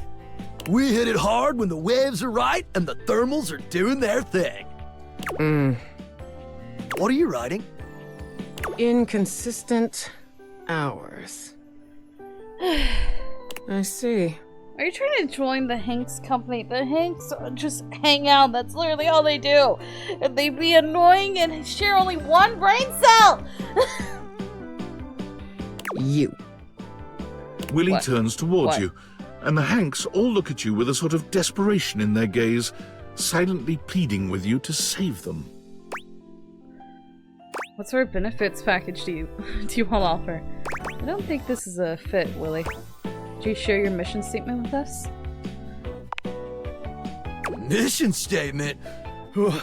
This is getting to be way too much, man. We welcome anyone with an open mind and a radical spirit. And if you ever want to come hang out, you're welcome. But this is officially over the line, dude. We ain't no corporation, homie. We're just a bunch of Hanks trying to grab the bull by the horns and ride that bucking bronco into the sunset.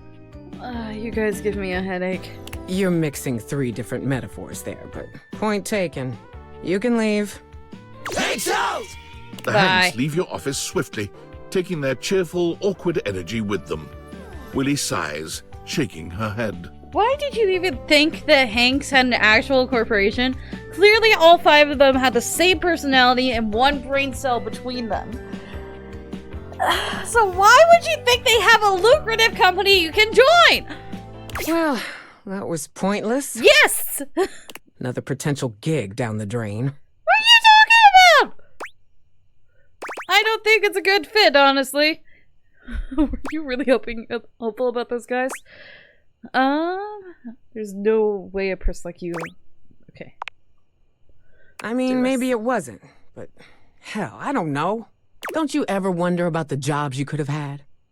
The person you could have been if you didn't throw it all down the drain time after time. All my life I've wondered about my potential. What I could have achieved if I ever stuck with something.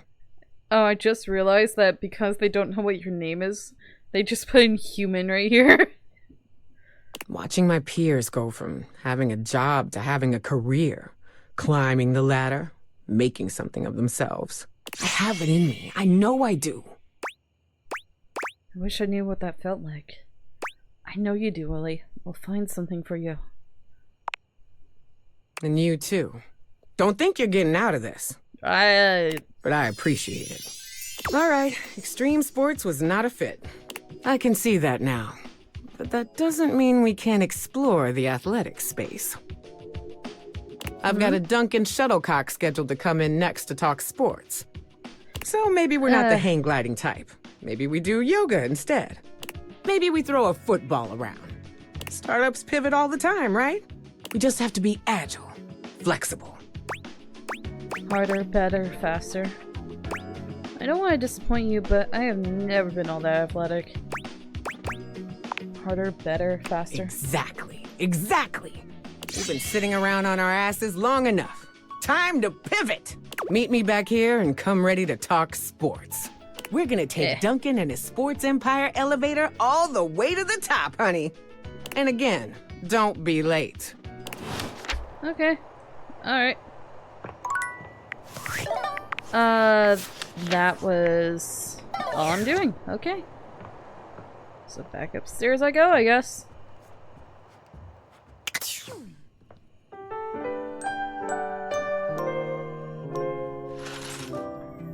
Alright, and back down.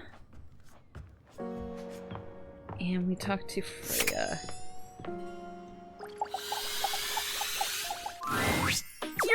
You're here! You seem very excited to the point where you were barely on the screen. I am. Oh wow, what's going on? I passed my test! I got the results back! In fact, I more than passed. I aced it! I got every single question right. I got a special letter from the examiners that they've rarely been so impressed with a candidate or excited about one's future as a physician. Okay. I guess I did do it right. Can you believe that? Yeah?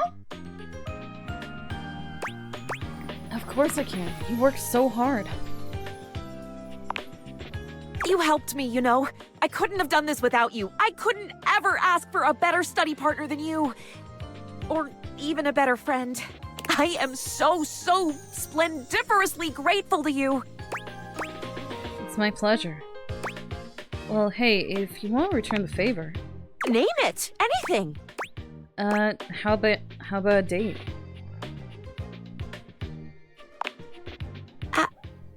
You wanna take me on a date? I gotta at least try for love ending. At least try. Yes, I do. Or you can take me, or we can go together. Whatever you like. Yes, I do. Oh my. I'd love that. There's a wonderful new type of wound closure system that uses spider silk. What? Maybe we could open a bottle of hydrogen peroxide, just for that intoxicating scent, and I can show it to you? Does that mean you have to wound me first? Oh, don't worry, I would never hurt you. Hippocratic oath. Oh, also because I like you. Also that. Sounds wonderful.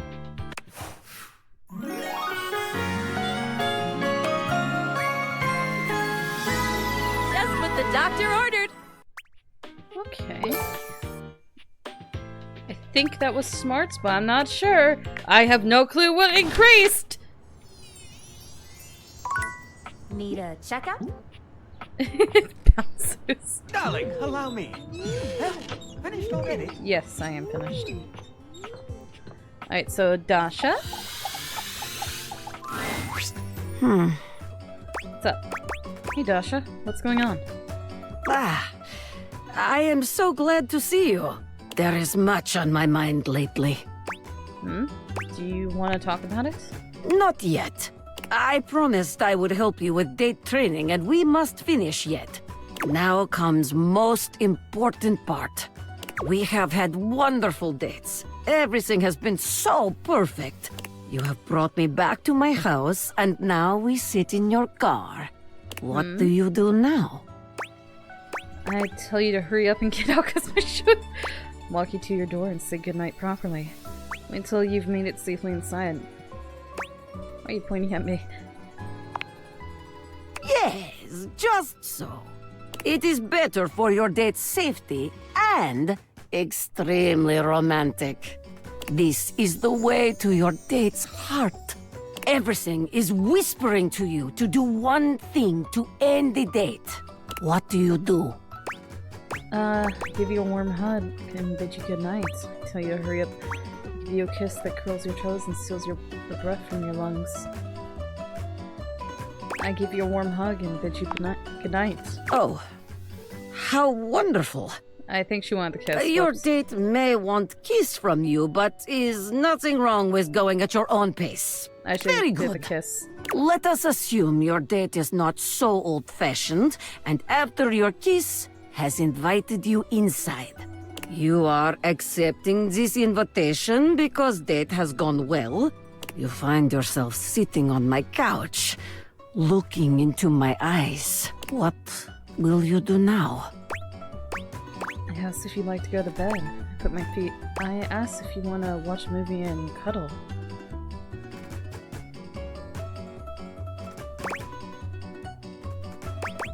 Let's do this.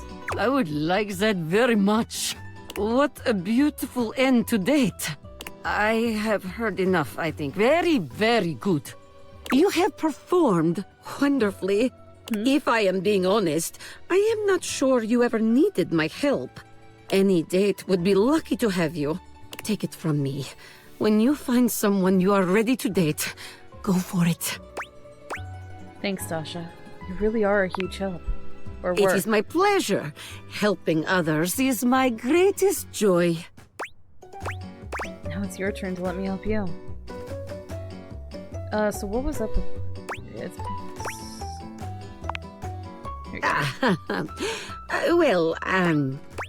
No buts. What's on your mind? Well, please, forgive me, but I do not feel ready to share it just yet. I must lift something heavy and make proper sense of all of this. I will share it with you soon. I promise. I'll give you some time. Thank you. Come see me soon. I think we're gonna get a love ending. Maybe. I'm hoping. We're getting close to it. What? Penelope? The employer generally gets the employees he deserves. J. Paul Jetty. I've been trying so hard to date. I thought, like, okay, maybe it's just a numbers game. Gotta get some bad dates out of the way to have a good one. And boy, was I wrong. It's okay. I get it now.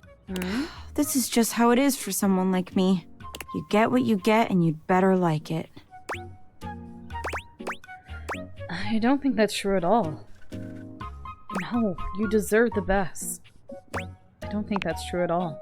Maybe not for someone like you, but the facts are facts, and for someone like me, that's just facts. My date should be here any minute now, actually. There's a strange chill in the air, a note of dread that raises goosebumps along your arms.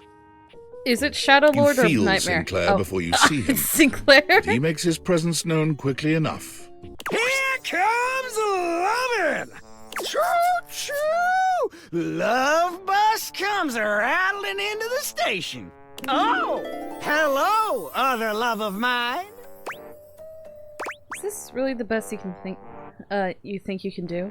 Are you really gonna date this guy instead of me? Is this really the best you think you can do? Well, kinda, yeah. Wait! No! No! Penelope breaks away from Sinclair, who continues walking as if she was still holding his arm. I can't believe I didn't think of it before. Everyone wants to be appreciated, so if you appreciate someone, don't keep it a secret. Mary Kay Sash. I've been keeping my appreciation a secret because I was so scared of rejection. That's why I've been dating all these weirdos. But even those guys rejected me. So heck, why not? What's one more little rejection? I mean, it'll just shatter my heart into a million pieces, but whatever. I appreciate you. Like romantically. Okay, can we just... friends? Appreciate to you too. About time you noticed. Wait. Seriously? You're not rejecting me? I made you watch me date all these other objects when you were right there. You know what? No. You will not ruin this one, Penelope. Would you like to... maybe go on a date with me? I'd love to. It's finally happening! It might have taken me a while to get here, but it was all worth it. There we go. She was actually pretty easy. I just noticed the googly eyes. I found love! Ah! I just noticed the googly eyes. Okay, interesting. What increased? I have no clue. Something did. Oh, my love! Oh, my love! Oh, my love! Oh, what? Hey. Oh, my love! Leave poor Chance alone! Stop it! No, Chance! Yeah. It's very interesting. It gets weird quick, but it's very interesting for sure. You're back! Hi. Honestly, I wasn't entirely sure you'd come. I mean, I know we saw each other several times earlier today when you were checking your work email, and then again when you zoned out on that viral video site for 3 hours, but I didn't really get to see you, you know? I just mean, I really appreciate that you returned to interface with me like this. I say I would, so I did. Well, I know actually showing up probably wasn't easy. And I know there was some tension regarding how we disengaged from our previous interfacing session. Well, that's because you were like, oh, let's go talk to other people. It kind of made it sound like you weren't interested in me at all. But it's fine. It's okay. Because I can't be a hypocrite with this kind of stuff. Because I absolutely hate hypocrites. Yes, but I'm okay. Like water off a duck's back. Whatever that means. Yes, but I'm okay. I must say, though, you are looking quite attractive. Huh? They say absence makes the heart grow fonder. And when it comes to you, that's absolutely the case. Look, do you wish to know the truth? Yeah. Sure. The truth is, I had dalliances, yes. Dalliances? But ultimately, that's all that they were. Dalliances? What do you mean, dalliances? And no matter what I was doing and who I was with, I never stopped thinking about one thing. You. Oh, really? My CPU never stopped ruminating on the intricate way you organize your file structure, or the sensual way you clean your keyboard with that old Q-tip. Huh? And most of all, I never stopped thinking about the sweet, sweet way you double-click. It's here again! I thought I was never gonna see this thing again, but it's back! I missed you. Really? With every integrated circuit in my RAM. But my question for you is, did you miss me too? More than anything. I am so incredibly delighted to hear that. This brings me to my second and far more important question. In the same way you upgraded my operating system, do you want to upgrade the status of this relationship? Don't answer yet. Think hard on it for a moment, and when you're ready, type your response into this programming terminal. Type? Okay. In the future I was promised. Thanks, AI. I never learned to type, but I'll try. Okay. Just choose an option and I will comply. Mind if I shove more than just your keys? You want to be together? Oh, you're gonna make my CPU overload with excitement. It's true, we've been staring at each other for years, but it took this experience together to finally take our relationship to the next level. And I'm so happy to embark on that journey with you.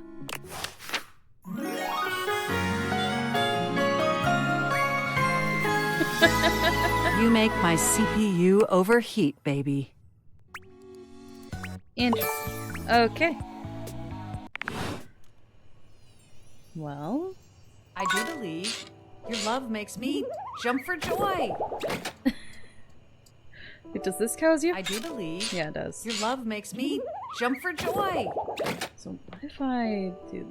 I do believe. Nope, it's still the monitor. Okay. Jump for joy. Always gotta check. Always gotta check. You never know what weird little animation they have. Anyway. To your relief, when you enter the office this time, Willie is not already mid-interview. There you are. My steady right hand. You're right on time. Unfortunately, Mr. Shuttlecock is late. I don't even like him all too much, actually. Yeah, if you're not early to an interview, you're late. Isn't this when you told us to meet? Another flubbed interview, huh? But hey, it's not your fault this time. Yeah, if you're not early to an interview, you're Exactly. late. Perhaps Mr. Shuttlecock doesn't consider us worth his time. The sound of air horns shatters the very thoughts in your mind. Before you can speak, someone is bursting into the room, bringing an atmosphere of chaos that overwhelms you both. Now entering the stadium, the hometown hero, everyone's pal, your and my favorite, number 17, Mr. Duncan Dunk Shuttlecock! You know I don't like you, right? You're late. I am? Ah, shit, my bad. My bad, y'all. I thought you said it'd come about now. You're a minute late, and your little intro cost us more valuable time. So if you don't mind. Yes, ma'am. Yeah, sorry, ma'am. Forget about it. Just tell us about yourself. Give us the Shuttlecock sports elevator pitch. Elevator? Elevator pitch? You mean like, Dunk very slowly mimes throwing a baseball, looking at you and Willie for confirmation that this is what you're asking of him. Shit, wait, elevator pitch. Elevator pitch. My bad. He does the same thing, but this time he begins slowly crouching down, as if you were riding in an elevator. What? Willie doesn't even say anything this time. She just stares at him in a disbelieving silence. Dunk looks back and forth between the two of you, but when he finds no clues in your stunned expressions, he simply hands you a cleat. Elevator pitch.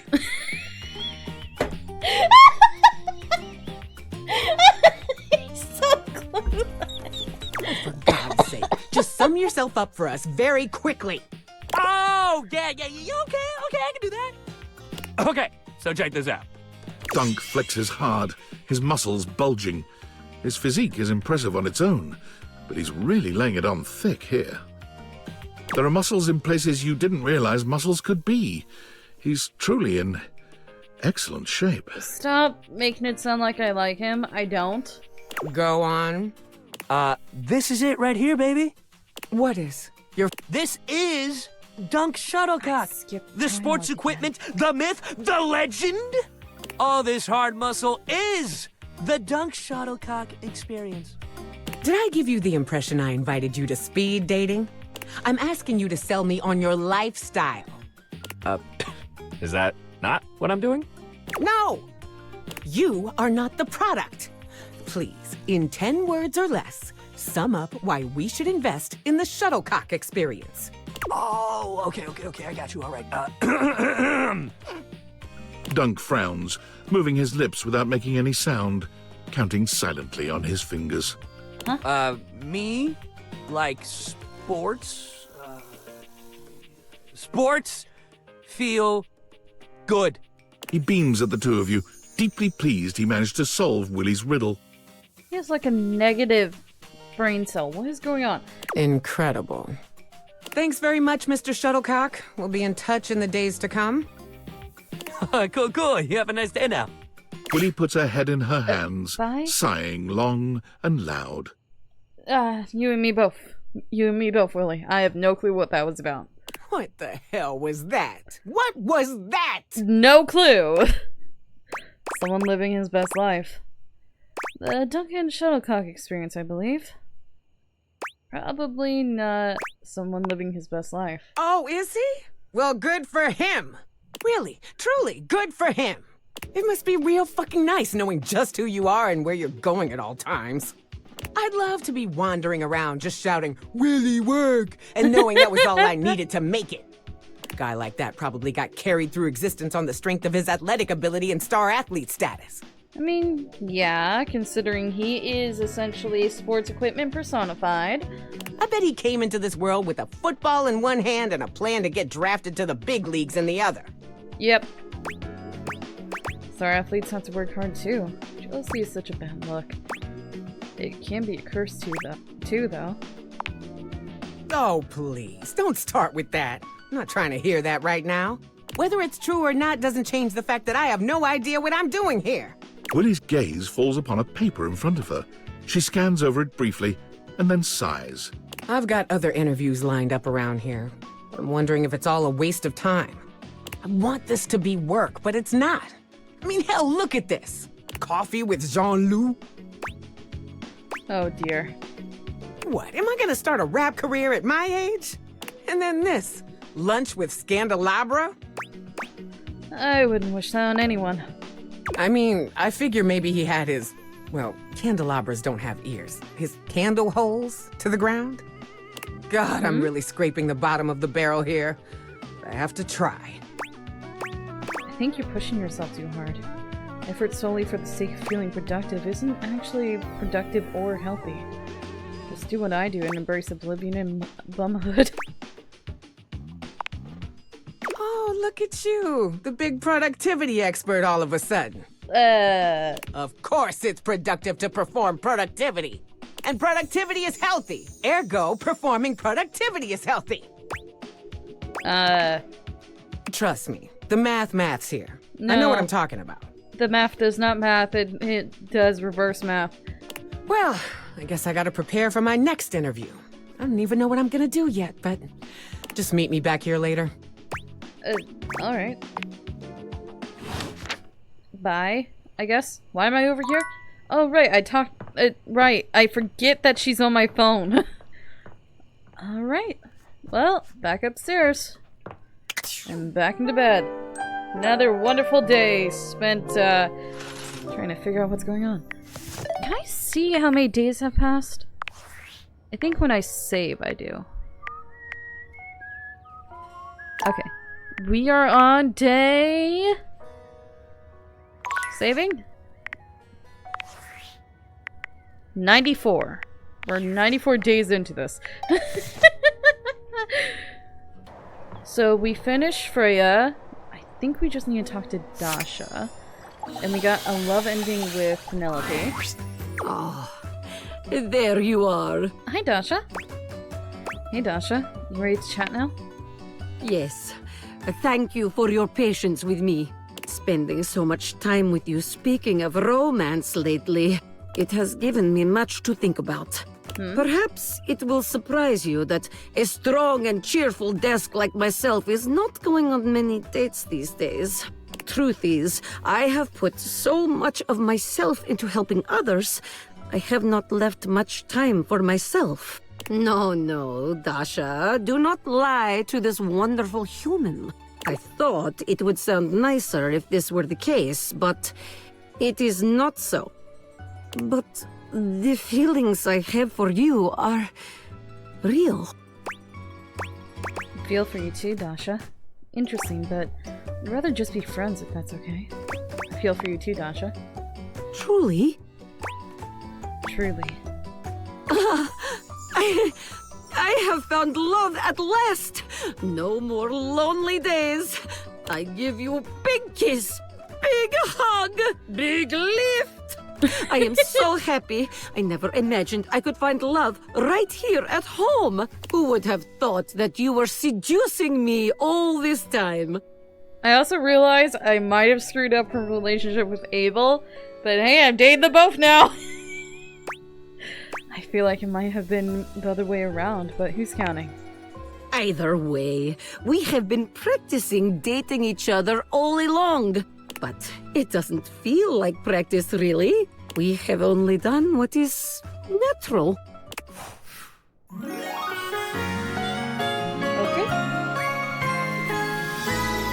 Darling.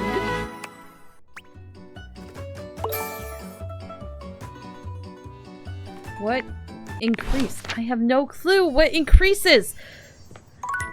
Alright. So, Willie! There we go.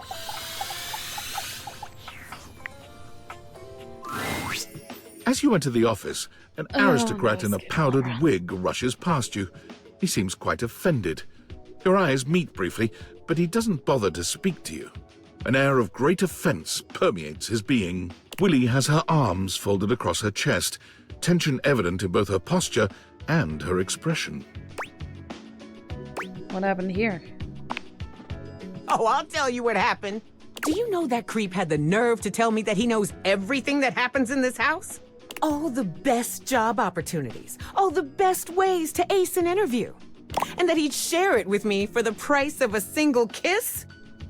What?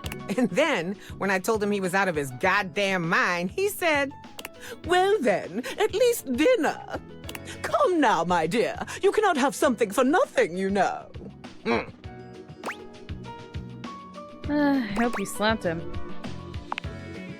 I sure did. For some reason, he didn't like it. He got his wicks in a twist after that and left.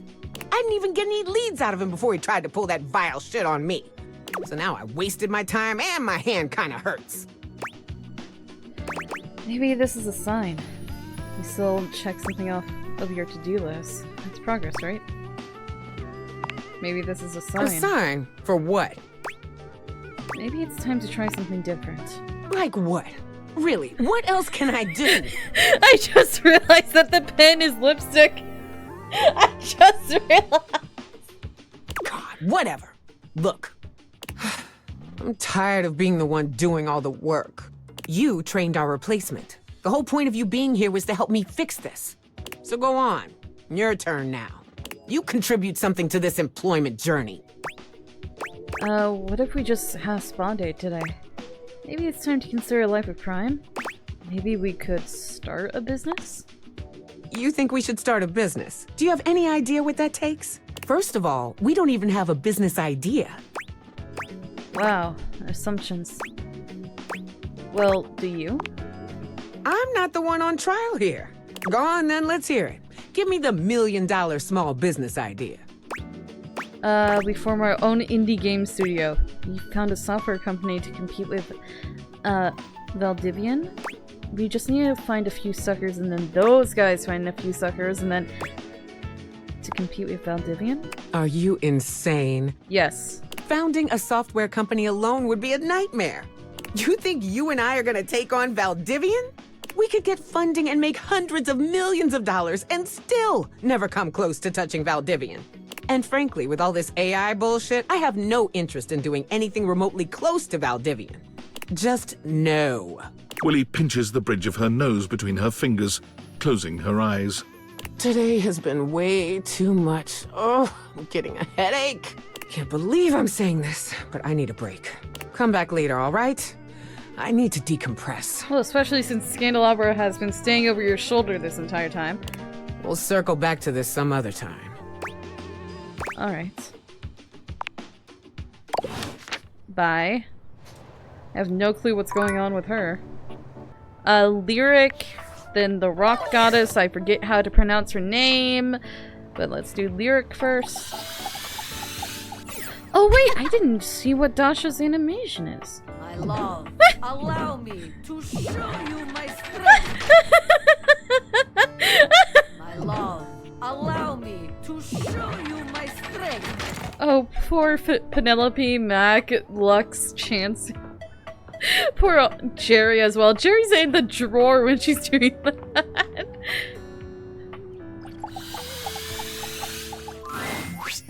Here we go. We're going to find out if our book did well. Did it? I can't decide if I feel excited or profoundly ill. They love it! Well, and how could they not? I'm absolutely over the moon! Thank you for your help.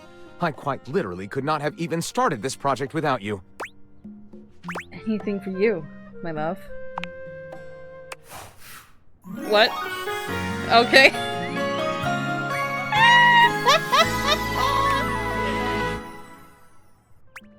Interesting. I don't even know how that happened. But alright. This is so wonderful. With just a bit more of your help, the next book I write will be an epic romance. Okay. Well, I haven't talked to you in forever, so I didn't realize what was happening. You rub me the right way. Oh, lover. You rub me the right way.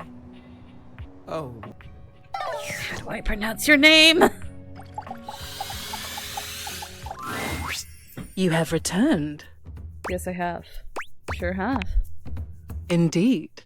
No mortal can resist the pull of a goddess. Particularly in this form. The glitter and sparkle of my current form has lured many of your kind. Lord. You make it sound like you're trapping them.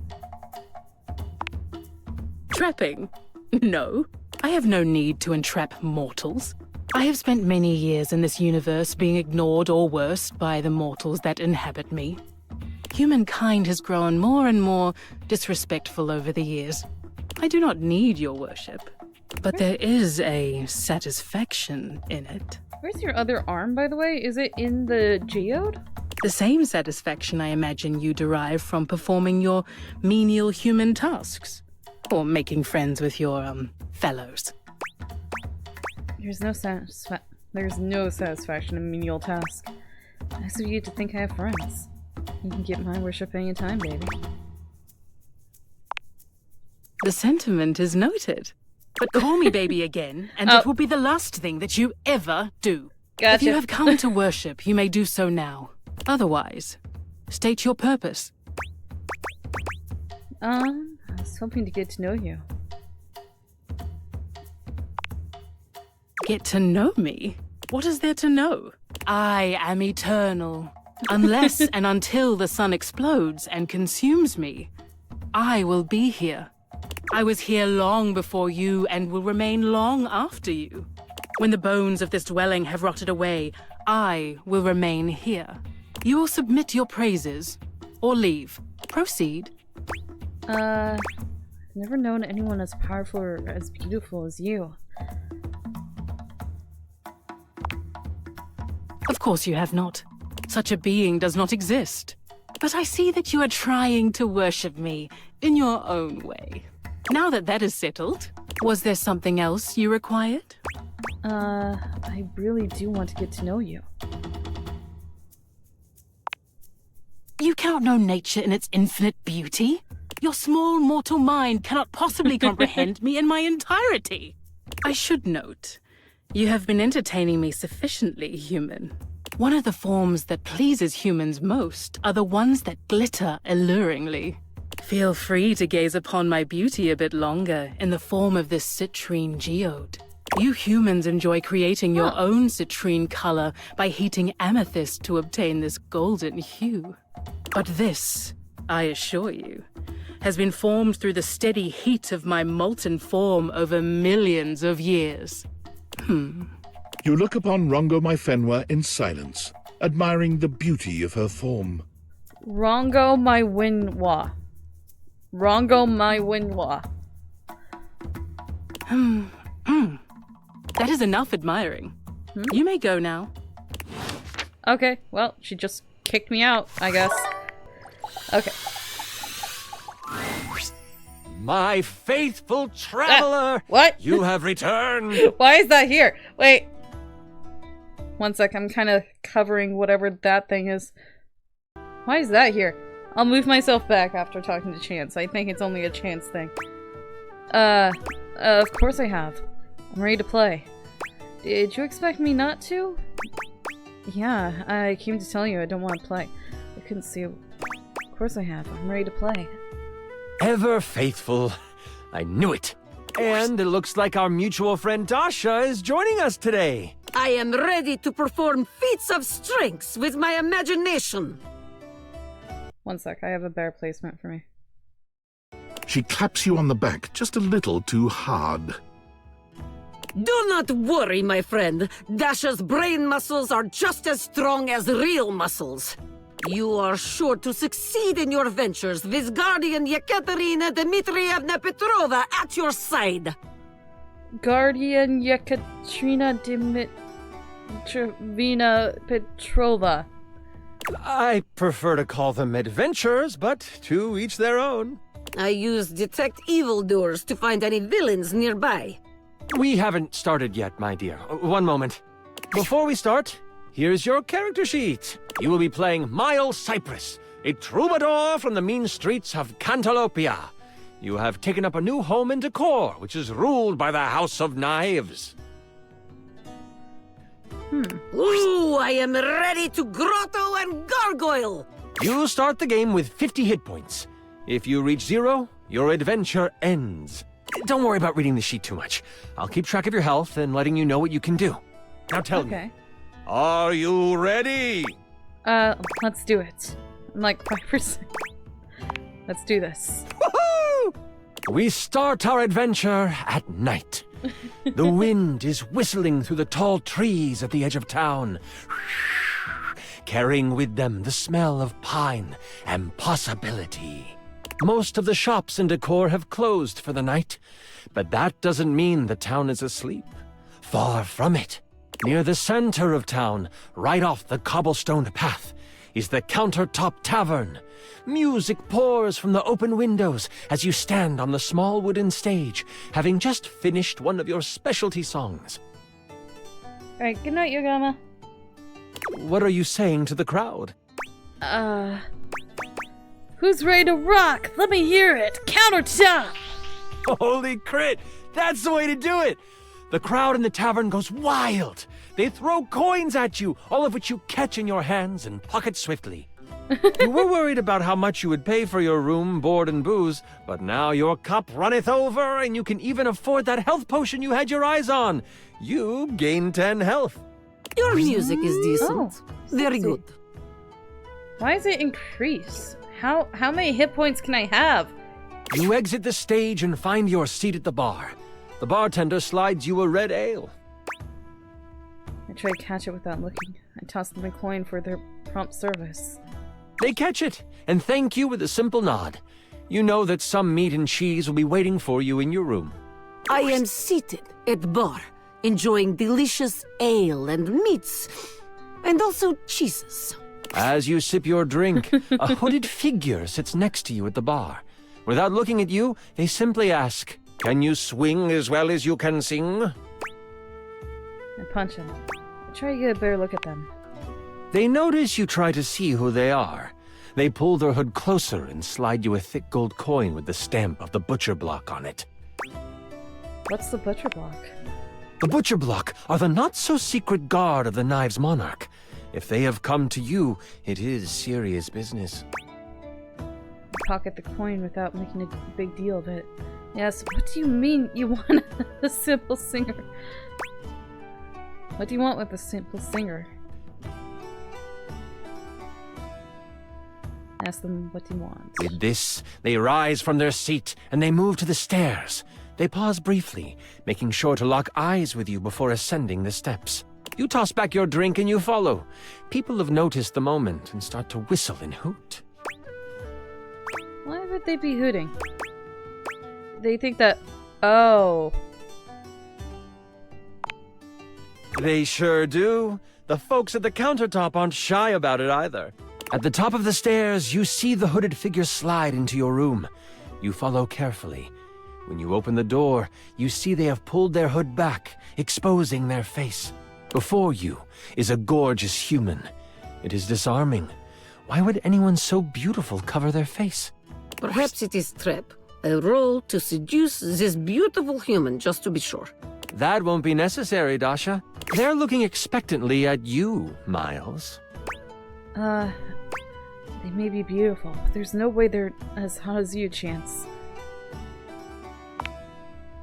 Buttering up the GM does not grant you advantage on skill checks, but it is appreciated.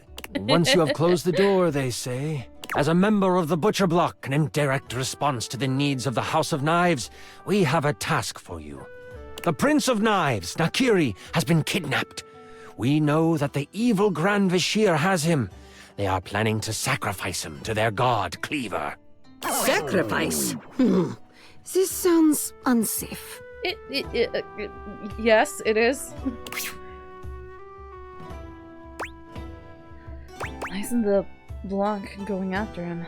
How can I be of any help? Okay, I'll do it. I'll save the prince. How could I be of any help? We believe you know how to get where they are holding the prince without arousing much suspicion. As a musician, you can travel freely. They will make the sacrifice at the Great Kitchen Sinkhole tomorrow night.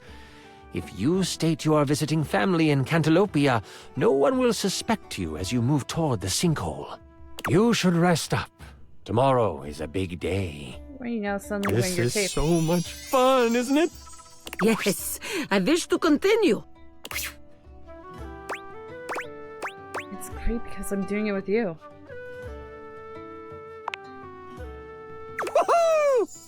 I'm really enjoying myself too. Where were we? Right. You get a full night's rest and a hearty breakfast. You get a boost of 20 health for the day. Why am I getting so much health? What's going on with this? You, troubadour, are ready to go save the prince. Am I? Yekaterina will eat hearty breakfast as well. Breakfast is most important meal of the day. I am ready for action! As you head out towards the Great Kitchen Sinkhole, you have a pep in your step and greet the people in the market. They laugh and joke about your performance the night before. The thought of the Prince of Knives in trouble worries you, and you know you need to make haste. You have seen the prince once before, and the thought of him floods your mind. He is handsome, sharp-dressed, and has carved a place in your memory. To sing for him would be a dream come true. To serenade him in private would be... Ooh. You walk faster at the thought. That pep in your step has become a borderline power walk. As you walk past the town gates, you notice that 2 people are behind you. Maybe they are just traveling as well. Still, you can't be too sure. You pass a fork that goes to a neighboring town. They don't turn off. You remember the messenger from last night warning of a mole within the block. Could they have found out already? Has your cover been blown? What do you do? I break from the path to see what they do. You take a hard right turn into the tall grass field next to you. The 2 people behind you continue on the path. You breathe a sigh of relief to think you were just being paranoid. They could not handle Yekaterina. My aura of strength has frightened them off. But then, you feel the tall grass next to you move. You stop, trying to find where the rustle is coming from. That's when you realize it's coming from all around you. Out of the tall grass, you are attacked by a small lizard thing that bites at you. Stop! Stop! Stop! Who's that thing? It's a knob-goblin. You can either swing at it with your trusty club, or you can perform a stunning song. Surely won't hurt that bad. Strike out the band, let's sing it down. You find your note, and you sing it loud and proud. The knob-goblin falls to the ground, shocked at your glorious voice. With the knob-goblin behind you, you find the main road and head towards the Great Kitchen Sinkhole. I'm playing more into the character than anything. The road is packed well, and your feet seem to find flight on it. The sun is high, and the warmth of the day is complemented by the smells coming from the woods ahead of you. As you cross into the trees, the canopy above blocks the light from touching much of the forest floor. The coolness of the shade hits your skin, and you smile. If only we could stay in this beautiful place. It's like painting in my mind. You remember what it was like to play your music for the trees. This is where you learned the art of song. From the birds, the bees, the crickets, and the chipmunks. You don't know what is ahead of you in the kitchen sinkhole. That makes you anxious. You take a moment, letting the breeze push through the trees and over your body. What is on your mind right now? I don't have much time to waste here. I take in the moment and move on. Maybe this is a sign. You taste the wind on your tongue and you use it to move through the woods. The path turns to go to Cantalopia, but you look around you before pushing through the overgrowth toward the Great Kitchen Sinkhole. As you come upon the edge of the woods, you see it. The sinkhole, lined with silver sand and a large black stopper at the bottom. You look around and consider your options. You see that there is only one way through, and that is right in the center. You see the stopper raise up, and a ladder catches your eye. Surely, that is where they are keeping the prince. Guards roam back and forth, surely keeping watch for anyone daring enough to save the prince from them. You think it best to wait until night begins to fall before you make your move. As the sun begins to head over the horizon, causing the silver of the sand to reflect the light in brilliant fashion, you decide it is time to make your move. Moving swiftly and using the sand to slide and the light to hide, you reach the stopper with no interactions from any guards. As a matter of fact, there are no guards here. They must have heard Yekaterina was coming.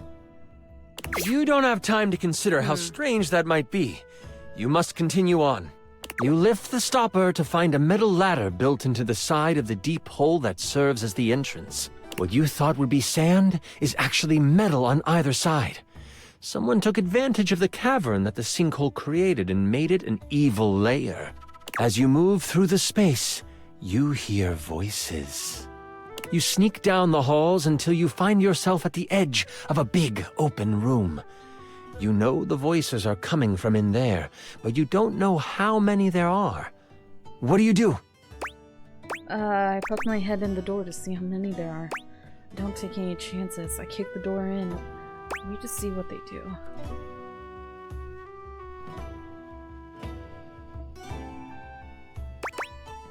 I poke my head in the door. As you push open the door, you realize someone is right behind it. It bumps them.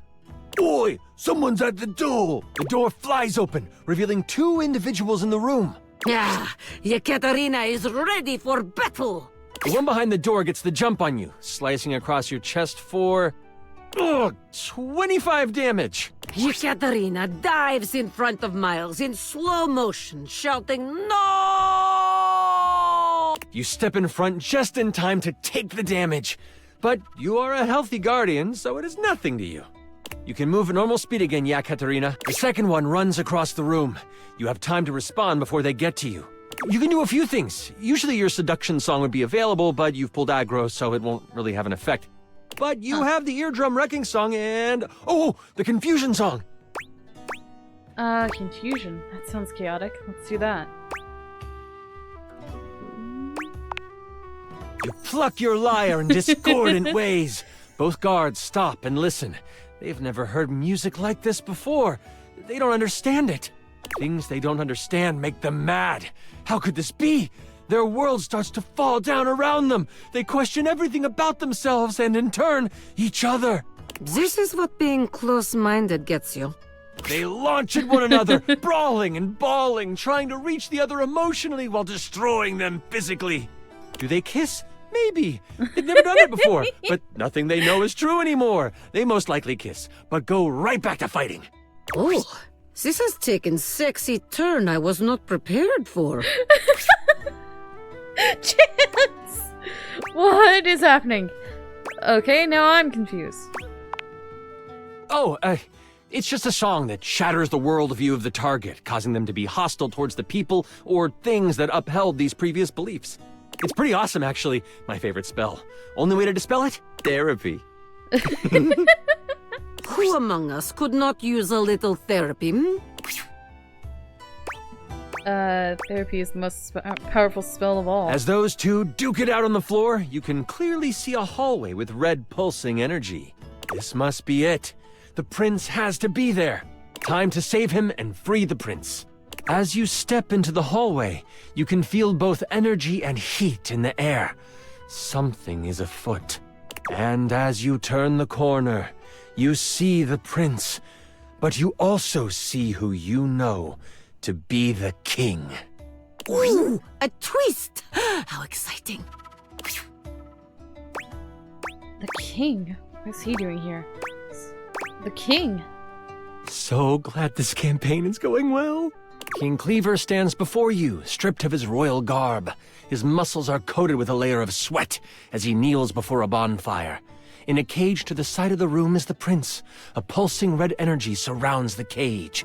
The king is mumbling what you can only suspect to be an incantation, but he stops as you fully enter the room. I see some of my block couldn't leave well enough alone. The king rises, towering over you, his back to you as the fire dances on the walls. Before I begin, this is where I monologue. I know it's silly, but it's what the big bads do, okay? Go for it. Do you know how long this realm has had a king? For millennia. Before history can be noted as beginning, this land has always been ruled by a strong-willed king. And not just any king. The only king. Me. The king turns around, and his face looks hollow in the firelight. His eyes are glowing with a sinister glow. And for millennia, someone in the royal line has vanished. Either in war or out at sea. Some tragedy has fallen to a young member of the family, and the kingdom has mourned for a time. But they have moved on.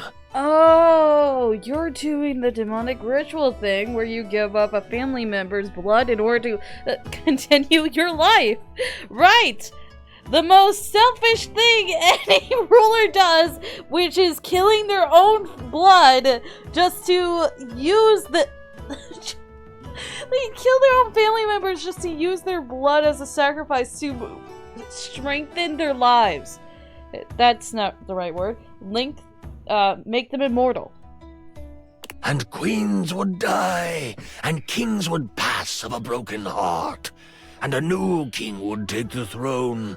Always some cousin or uncle from a small parcel of land no one had heard of. Always of humble means, always young, always handsome. Why that part? Always me. And all I have ever needed is the blood of my line to rejuvenate me, and for my inner circle to make sure the butcher block failed in their search. But I suppose my moles failed to do their job this time. They will have to die too, after I kill you. The king launches himself at you. What do you do?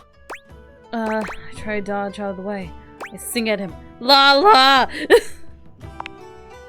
You whip around and shoot a sonic blast toward the king. It pushes him back, causing him to fly across the room and smack into the wall for... You did 40 damage to him! I did? And he is stunned! You can either help the prince, or you can try for your ultimate attack. Ultimate attack. I picked that one. You close your eyes, and your mind goes back to the forest. Only this time, you hear the steady, growing roar of a river ripping through the landscape. You open your mouth, and out comes the sound wave. The room shakes, and everything rumbles. Sonic fury is pouring out of your mouth, and the deluge is monumental. So much so that the sand from the surface begins to seep in. The king notices. You fool! You will kill us all! You hear the falling of metal bars as the cage that held the prince collapses. A blast of arcane energy flies from his hand, hitting the king in the chest and staggering him. The prince grabs your hand, saying, "Let's go, before it caves in." He pulls you past the fire and toward the mouth of a cave. As you run, you can hear the room behind you give way. Where is Dasha during this? A roar comes from the king. No! I cannot die here! Just as you cross the threshold of the cavern, everything behind you collapses. You stand outside with the prince, breathing hard from your sprint. You look back on the collapsed cave. It is silent for a moment. Then, the birds start to sing again. With the prince safe, you make your way to Cantalopia together. It is there that you find a member of the butcher block you can trust, vouched for by the prince. Since my health bar has been removed. The news of the immortal king and his destruction spread. Many begin to question the position of the royal family in their lives and as their rulers. The queen, now free to rule as she pleases, works to make amends with those who have lost their faith in the crown. And you get what was promised to you. You are set up in the royal court. You play for large events and gain fame. But it is more the intimate moments where you are playing your lyre by the fireside with the queen nodding along, and the prince creating lyrics on the fly. Those are the moments you live for. Where's Dasha? You completely cut out Dasha on this. For now, you want for nothing. You are happy. You are well. You are a hero. Thank you for running this beautiful game for us, Chance. Ekaterina will live on in my mind. You were amazing! The way you just... Sorry. I'm just so excited with how much fun we just had. And I didn't get hurt once, even though technically I got bitten by a lizard. I'm floored by you. Listen, that was pretty much perfect for me. You are pretty much perfect to me. And if you are ever wanting to roleplay again, in any way, let me know. We could move from the character sheets to the, other sheets? I understand your insinuation, and I'm all for it. Oh, what? Yeah, I'd like that. Until next time, you mighty hero, I'll be waiting for your epic return. What just happened? Well, yay. Holy crit! You maxed out our relationship status. Somehow, in the only second time I've talked to you, I haven't talked to you much. I think I got more knowledge. Why this thing puff and smoke, though? And it's... Nat 20! It is. Is it gonna be a nat 20 all the time? And it's... Nat 20! Okay. And it's... 3. Nat 20! Yep, okay, it's gonna be a nat 20 all the time. Alright. Well... I need to go check on something, though. I will be right back. We're also gonna do... I actually like the fact that they include the fact that his real name is now in there.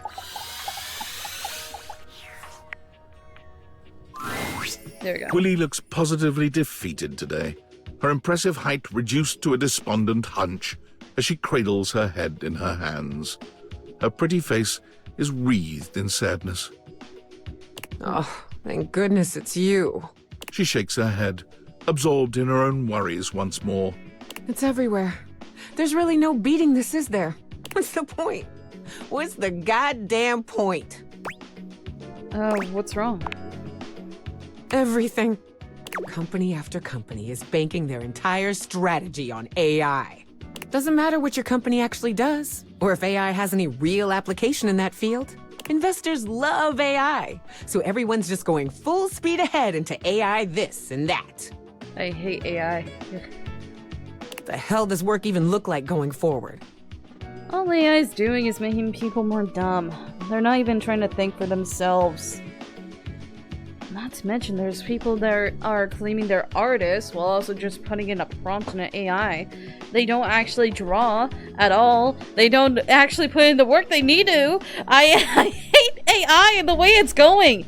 AI should be for actually helping people and not just making it so that people no longer have to think for themselves.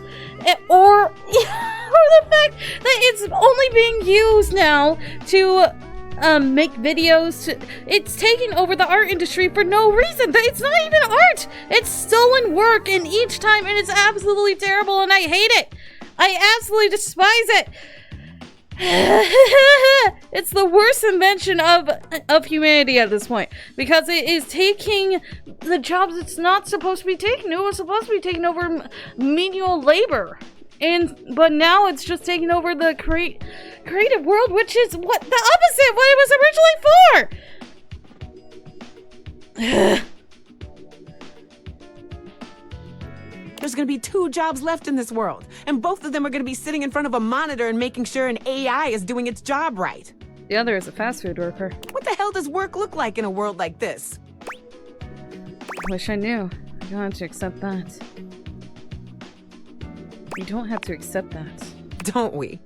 I mean, it feels like we're the only ones who aren't. I know I'm the last one to speak on what it means to be human. But what does it even mean to be human in a workplace that's so ready to toss you out like yesterday's garbage? How does the abstract concept of work even continue to exist without humanity in the workforce?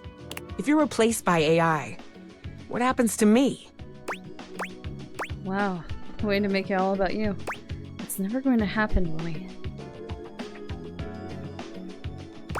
Maybe we redefine what it is to work. What do you mean? Maybe AI is the future, maybe not. If AI truly is inevitable, then maybe we redefine our relationship to work. But how? It's never been healthy or feasible to define our value by work we do in a capitalistic society. Yeah, but it is a reality we can't change. Maybe we can't take down capitalism on our own, but we can refuse to let it beat us.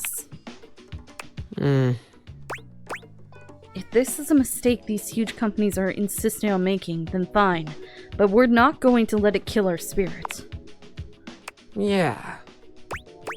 Sooner or later, the massive amount of money these companies are hemorrhaging chasing the latest corporate fad will take its toll. And before that happens, we fight for our rights. And make sure they don't go getting any ideas like that again? Exactly. We can't control the future, but we can organize and ensure the future generations don't go through this kind of thing. You make it sound so easy. It isn't. I know it isn't. But we have to try. Yeah. We can't just roll onto our backs and just let the AI take over. We actually have to fight back. I'm embarrassed you had to see me like this. But I'm grateful you heard me out. I need to be alone for a little while. I don't really know what's next. I just need some time. I understand. Alright. Now, Rongo my Winwa. Rongo my Winwa? Rongo Geo Goddess. There you are, human. I have been waiting for you. I have a name, you know? But you are human, are you not? Is it so offensive to be addressed as you are? I grow bored of the conversation here in this office. These objects are pleasant enough, but they converse about things I do not understand. So much talk of TV shows. You don't know what TV is? It is incomprehensible. So much inscrutable mortal jargon. What happened to storytelling? TV has done that. Something about total drama, tea spilled, the shade of it all. These are words I recognize, but their usage is unclear. I was expecting you to say island at some point, but you didn't. But you are here now, so you will entertain me. I'm not a trained sealed. I will serve Queen. What do you want me to do? It is simple. Tell me something of your human aspirations, your hopes and desires. There is nothing so amusing as the dreams of humanity. I'm not going to let you mock me. What if... I'm not going to let you mock me. Oh, what a dreadful bore you are. If you cannot even entertain me, what use are you? You may go now. Okay, bye. Continue with your loneliness. And she's self-entitled. God complex. That's great. Maggie! I can't believe we actually did it! We did what? What did we do last time? I forgot. Solving that case with you was one of the highlights of my existence. Oh, right, Sinclair! I barely even know what to say. We're great together. We really are. In fact, I've never felt this way about anyone before. You've brought so much fun, so much love into my life. What would you say to making this official? I would love that. In that case, I truly can't wait to see you again. I promise I'll be the best partner to you. You've already given me the confidence to know that you'll be the best for me. How should we start our new relationship off? How about we finish that tea date? I can think of nothing I'd like more. And this time, I promise not to get distracted.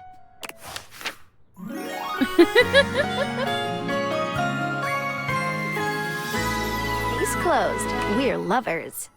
Case closed. We're lovers. Oh, achieve 100 smarts. I am... Achievements called Smarty Pants. Okay. Wait. I'm getting all fogged up with you around. Interesting animation. Interesting.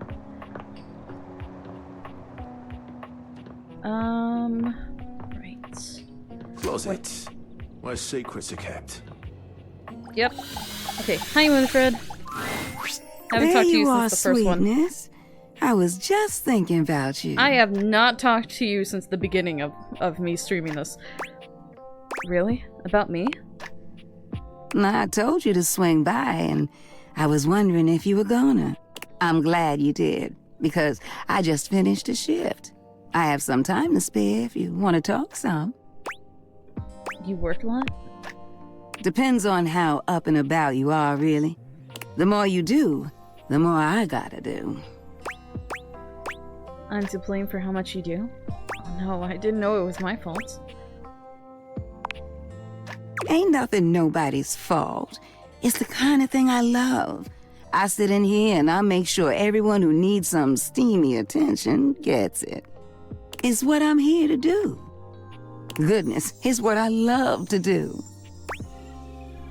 How long have you been doing it? Is this your sly way of asking how old I am? See, where I'm from, it's not polite to do that. Although, moving around by what people thought was polite and correct never really suited me anyway. Let's just say, I remember all the folks who stayed here before you. Ooh, can I have secrets about them? What were they like, if you don't mind telling me? If you don't mind me talking, I don't mind telling. Truth is, one of the previous folks who stayed here was super cute. Engaged couple, beautiful together. Both of them were. Well, can I give my honest opinion? Oh, please do. Neither one of them was as cute as you. Either way, they were here and they set up home pretty quickly. River and I both liked them. They brought so much life into this place. They took long showers together all the time. Just about tapped me dry keeping things hot up there for them. Although, I hear they didn't really need my help to do that. Let's do this. Oh, yeah. You picking up what I'm saying? Yeah, I am. But they used to throw these big parties, too. Family was always over, and every now and then, they had this little kid who would come play hide and seek. Their favorite hiding spot was in here with me, so I would just hum to them. I think they found being next to me safe. I miss that little kid sometimes. Did something happen to them? What? No. The couple just moved out eventually. You think about them often? Now, when did this story become about me? You don't need to worry yourself about who I do and don't be missing. The past is the past, sweetheart. I don't live in that place. You don't make it as long as I have dwelling. Then why tell the stories? I don't know why it doesn't bother me with how old you are, but it bothered me with Stella. Why? Why did it bother me with Stella but not with you? Is it because you're gorgeous? No? What? I just didn't like Stella to begin with. Anyway, you should do remember a lot of the past, though. Then why tell the stories? There's a difference between knowing your history and living in it. Besides, you saying you didn't like my story? I liked it a lot. Well, good. I enjoyed telling it. Which reminds me of this one time where... No, you know what? I'ma wait for that one. You want to hear more? You gotta come back. Besides, it's time I check in on my boy Washford. Ooh, I know Washford. Wait, you like him? And you don't? What's not to like about that hunky man? He's just one of the hunkiest hunks that ever did hunk. Ooh, the way he calls out to me when he needs some of what I got. Well, it's enough to get me bubbling. I bless the day you wheeled him into this house. Drysdale's all right, but Washford? Winifred fans herself with one hand, beginning to lose herself in her own fantasy. I wouldn't mind going through a couple of cycles with him. Ooh! I think I said too much. You should know, Washford has a complicated something going on with Drysdale. Are you sure Washford is available? Drysdale might have that one on lockdown. What? They got a thing going on? What kind of thing? Like, do you know the definition of this thing? I mean, I am talking about Drysdale, but they're just stage partners, right? Winifred lets out a sigh, shaking her head. Look at me, just as lost in thought as I want to be. Don't mind me, darling. Sorry for thinking out loud. Well, I think we better wrap this up for now. I got a social call to make. Thank you for listening to me spout about nonsense. But listen, I got more stories for you if you ever want to hear them. I love sharing them with you. I'll see you around, sweetheart. Alright. Alright. You like it when I'm horizontal like this? Shut up.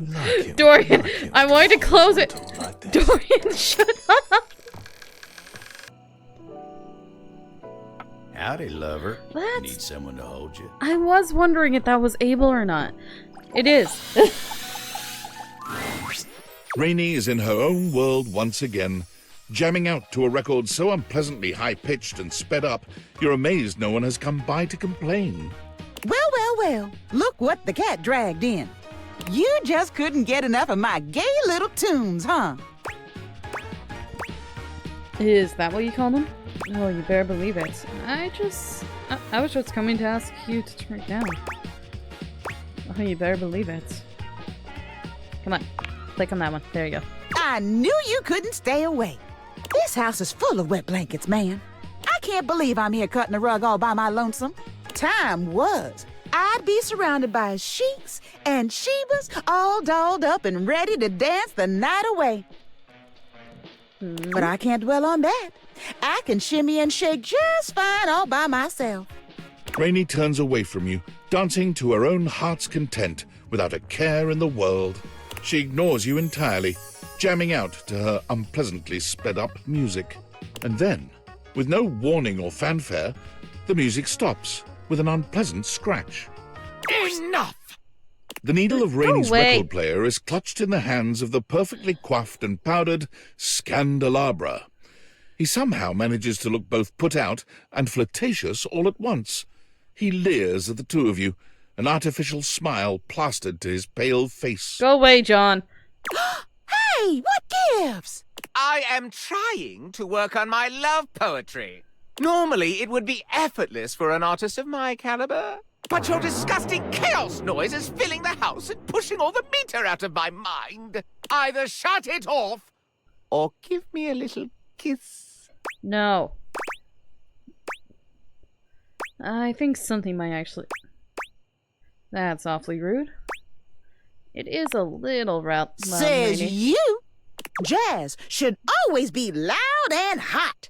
Do you even hear the nonsense she spouts? It is impossible to speak to her. Why, even in the best of times, the music she played was unbearable.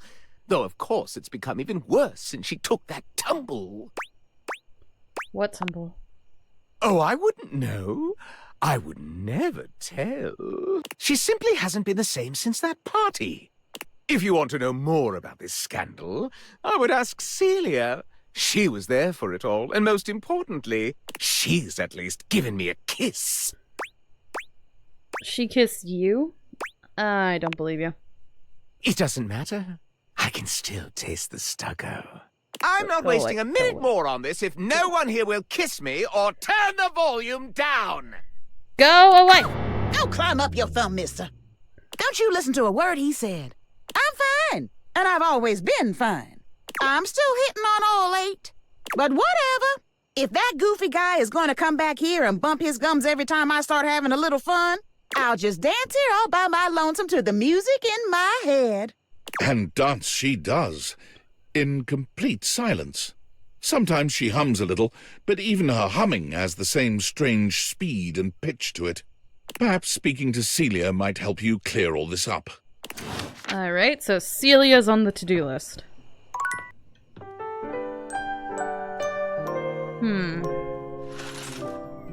Probably knocked a wire or two out. Celia! Well, hello there, stranger. Hi, Florence. Looking for the other co-mayor? Yes. Great timing. She's actually free. I'll buzz you up at once. Hello, darling. What can I help you with? I have a question about Rainey's past. Rainey. Ah, poor thing. She hasn't quite been the same since the incident. What did you want to know? Why is her music all messed up? What's the incident? I see. It's a tragic affair, really. But I'm one of the only objects in this home old enough to tell it, so I suppose it falls to me. The long and short of it is that she was damaged during a party. A wild one, if memory serves. She was knocked down from her perch just as things were really getting going. It was a catastrophic fall. Here, I'll write everything down for you. Take this to Rainey and tell her about it. She'll have an easier time believing it if you've got written proof. Celia writes something quickly on a memo pad, handing it over to you. You can't help but linger on her beautiful handwriting. It's just as grand and elegant as she is. She's a stubborn thing, but she still trusts me. You leave the mayor's office, proof in hand. Okay, well, it's a good thing that I talked to her then, because now I have proof. Alright, so...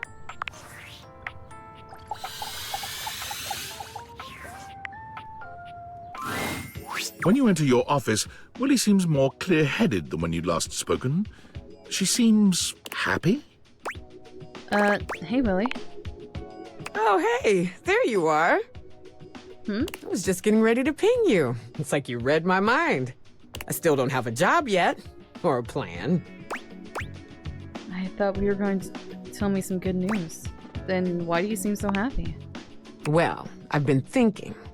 I mean, sure, you trained my replacement and we got fired. But maybe this was supposed to happen.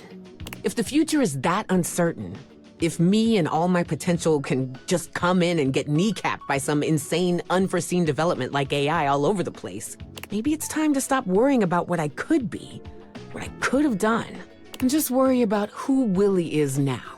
What makes me happy? I mean, doesn't pay my bills, that's for sure, but then again, that's kind of your problem, isn't it? Yep. And what could be more corporate than making the bills somebody else's responsibility, huh? In a way, I'm actually sort of killing it at this whole corporate job thing when you really think about it. So the lesson you learned is, who cares? It's not my problem. Now you're thinking positively. Exactly. There's something else I need to say to you, and it's not gonna be easy. I was not the kindest to you. Maybe I was even unkind to you. I get that you didn't know you were training the AI that took our jobs. It could have happened to anyone. It just felt easier to be mad at you when I was really just mad at myself for once again doing nothing with my life. But you kept coming back and you kept backing me up. And that really means a lot. So maybe we're both unemployed. But being unemployed leaves you a lot of time to get back to the things that interest you. The things that really matter in life. Willie looks at you from beneath her long lashes, a coy smile playing on her lips. You and I make a good team, don't we? We're just so synergetic. I love you too. Shh, don't make it weird. Look, this isn't some love confession, but I'm into you, all right? Frankly, I don't know how you ignored the sexual tension flying between us every time we spoke. I did it because I'm a consummate professional, but I don't know how the hell you managed. It's very hard. Very hard. Oh, yeah? How hard was it? It's the greatest test of my professionalism in my entire career. Oh! Tell me more. Every time you spoke, I was expecting HR to burst in and discipline me. Oh, you are sick! You're just my type, aren't you? What was that? That was weird. I'd like to think so. Only one way to find out. Willie looks at you with an entirely unprofessional gaze, her brown eyes radiating a very specific sort of intention. Well, I have nothing else on the agenda for today. What do you say we go touch base? I'm gonna touch your base like it's never been touched before, baby. You know just how to talk to an abstract representation of work, don't you? Willie can't keep her hands off you. By the time the two of you are done, you have definitely ramped up your efforts on this project. But more than that, you have synergized. You haven't felt this on the same page with a team member, well, ever.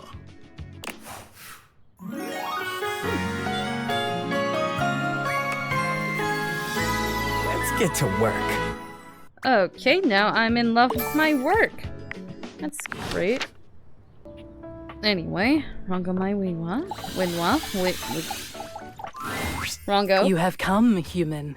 Yeah? Even in your absence, you have occupied my mind. You should feel honored. I have something to say to you. So listen well. You have been a consistent source of amusement for me. It takes much to make me smile. I have, after all, seen eternity. But I find that I smile when I think of you. Congratulations, human. So, what are you saying? Is it not obvious? Goddesses do not make friends easily, but you may consider yourself a friend. I'm fine with this. Do not misunderstand. This does not mean you are my peer, but even a timeless goddess can enjoy the company of one such as yourself. Wow, friends of a goddess. Indeed. Now that that is settled, you may go. However, do return. And don't be long. I would like to smile again. Okay. You do so amuse me, human. I just wanted to get out of that. Because she does annoy me a little bit. I'll allow you to entertain me. Yeah. Okay, go through the thing. Thank you. Winifred! Look who just can't get enough of me. Nope, I can't. Ooh, me? I was actually looking forward to talking to you this entire time. Yes, you, sweetheart. I promise, sometimes you're just about as dense as a drain pipe. Not that I minded. You're still pretty cute. Plus, it feels like I can teach you something. Teach me what? I'd let you teach me a thing or two. When you swing hard, don't you? What brings you down here today? And don't say drainage. Drainage? I want to know about... you told me you have more juicy stories. Something told me that's what you wanted. Where did I leave off last? Oh, yeah. Okay. So, remember what I told you about that couple taking long showers? Yeah? There was this one time that... Hey, Winifred. River. Am I interrupting? No, please. Come join us. How you doing, sweetness? River glares at you, giving you the distinct feeling she doesn't appreciate you being here. But she says nothing. Oh, you know, fine. Same as always. You say that every day, and I know that's not always true. Winnie, don't. Not now. River looks away from both of you, steam rising from her cheeks as she blushes furiously. That sweet little blush gets me every time. But really, you got nothing to be embarrassed about, darling. It's only me. If you need a little help relaxing. Well, isn't this cute? Oh, God, not in front of somebody else, Winnie. You really think I'd heat you up in front of an audience? You keep blushing like that, I won't even have to. You're doing a fine job all by yourself. River's face is quite red, but no matter how much ribbing Winifred gives her, she saves her annoyance for you. You seem busy, and I don't want to take you away from... talking. Well, then why don't you come by later? Sit with me for a while. River's voice is low and quiet, but you can still hear the heat in her words. You gonna warm me up? You already know the answer to that, don't you? Just want to hear you say it. Oh, honey. Why, yes. Yes, I will warm you up later. Promise? If you give me a chance, I'll have you in a rolling boil. River doesn't say anything, but the smile on her face says that Winifred's words have hit home. Her body language changes, and she looks as if she wants to take a step closer. But her eyes dart over to you, and she closes herself off again. I'll be back. And I'll be waiting. That's pretty steamy for a moment. That got pretty steamy. That was... that was something, wasn't it? You know what? That's nothing you need to be worrying yourself about, sweetheart. River and I go way back. Way back. She was the first one to come and speak to me when I got here. She's pretty special to me. Who is more special, Washford or River? Now, what kind of question is that, sweetheart? River and Washford are both so different, and I think... Wait a moment.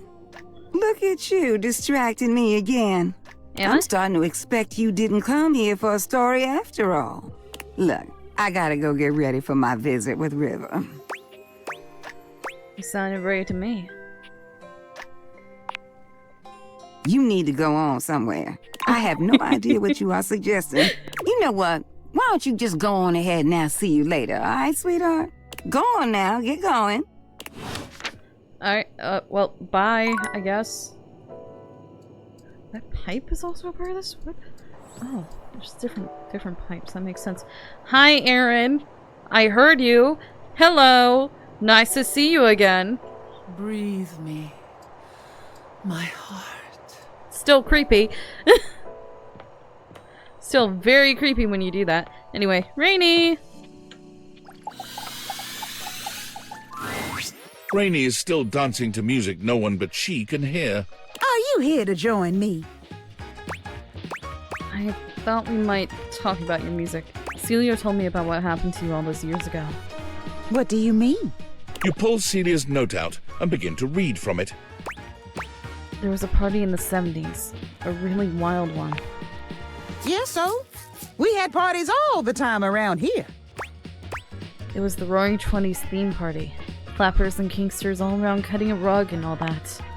Sounds about right. Yeah. Just like the good old days. Somebody had a little too much to drink and hip-checked you. Hard. Well, that happens all the time at parties. So what? You fell over and music stopped for a little while. They picked you back up and tried to get you going again, but the music just wasn't right. That's enough. So they put you away for the rest of the party. I said that's enough! I'm sorry, Rainy. You don't want to hear the rest? I remember it. Yeah. It's all coming back to me now. I got moved into the attic to rot. And over the years, I started hearing music again, but it wasn't mine. I heard from the others. They brought in a cassette player. Then later it was a CD player. Then something about streaming? I didn't want to know anymore. But whatever. I don't care if Celia said all that. So what if I fell over? I'm still me. Everything is just fine. Are you? Is it? It is! If you all got such a big problem with me playing my jazz records as loud as I want, you can go chase yourself. I'm gonna play my tunes as loud as I want. And I'm gonna dig out all the old classics, too. Keys ain't the only one who can do classical music. You see? You'll all see. I'm gonna go get those records right now. She leaves without a second look, humming to herself. Why do I think that she might be hard of hearing? That's why everything's loud. So that she can hear it. I feel like that's what's going on, but I'm not sure. Because there's no evidence to that besides the fact that she likes listening to the music loud and the tempo's not right. It could be that a spring got knocked out or something? I'm not sure. Anyway. I think John's gonna be pretty easy though. Well, look who's back. Be honest this time. What made you slide way back this way? Not that I mind seeing you again. Just curious. You never did tell me that story. Ooh, sweetheart. Do I have a story for you? So, as I was trying to say before, they used to take this long shower together, right? Yeah. So long that it was a struggle for me to keep things hot in there for them. And I would hear laughing and giggling and sometimes other sounds that I'd rather not repeat. Ooh, spicy. Well, there was this one time they got into a spat that lasted all night. See, what happened was, one of them got on social media and liked someone else's photos. And not just one photo either. Nope, they liked 14 of them. And when they were confronted, there was no denying it. Confessed right away. They knew they were in hot water. Not like there was any point in lying about it. The proof was in the digital pudding. They were made to sleep on the couch for about a week. The words 14 pictures was being thrown their way for days. See, Phoenicia's up on all the apps, but I know that none of that stuff is real, you know? If the cloud vanished tomorrow, so would those little thumbs up. But their relationship would still be there. But I thought for sure it was gonna be the end of them. Can you believe that? People have broken up over less. 14 photos, they might as well be cheating. Sounds like they weren't great at communicating. See, that right there is what I think the secret is. I don't care who you are or what you're thinking about. You have to talk to your partner. Just like you told River about Washford? That's easier said than done. Very true. Communication is difficult. But I listen to folks all day. Mostly just wanting something from me, but still, I listen. Calm and open communication. Open the valve. Talk through it. That's what I say. Still, I don't think you should be liking... If you care about someone, the least you owe them is a conversation. I agree with you with my entire tank. You got the right idea. Yeah, because that's the real the real relationship ender, not actually communicating. Have you had a conversation with River? I mean, I know you like her. Not yet, but I don't know if I have to. Well, I wouldn't really say we a thing. Not in like the way you think of a thing. Which is not to say that I know what you consider a thing, but from what you're saying, you consider River and I to be a thing. Honestly, it's complicated. Winifred's expression softens as she thinks about River. It takes her a few moments to find her words. River and I have been working so closely for so long that things just kind of clicked. I guess that's the word for it. There are certain things in life you just click with. Those that just get you in what you're about and trying to do. River's one of those. And honestly, she's made my job so much easier. I was warned that I could have ended up with super hard water. But that's not River at all. Everything just flows between us. Hard water? What do you mean hard water? When you have that kind of flow, sometimes you just slide into things with each other. And that's what we've done. She's been there for me, and I've been there for her. Are you in love with her? Have you told River all this? Oh, you think you slick? I said one question and one question only. You don't like the answer? Now, it's my turn to ask a question. Okay. Now, since you want to be digging for gold in my pan, I got a question for you. Have you ever liked more than one person at a time? It happened to me before, yeah. Oh, all the time. Winifred nods, confident and pleased with herself. I knew it. Something just told me. You look like someone with the capacity to hold affection for a lot of people inside you. Well, yeah, I'm currently on a quest to get about 50 of them at least lovers. When you find yourself in these situations, what do? I eventually narrow down to one. I let my heart guide me. I don't put limits on it. I eventually narrowed down to one. Oh, so you figured out where it all sits with you. Yeah, that's the important part. Company again? I think we were just wrapping up, actually. Oh, all right, well, I have a message for you. From who? Washford? Oh, no. This one is from... She looks over at you, but when Winifred doesn't object, she just shrugs.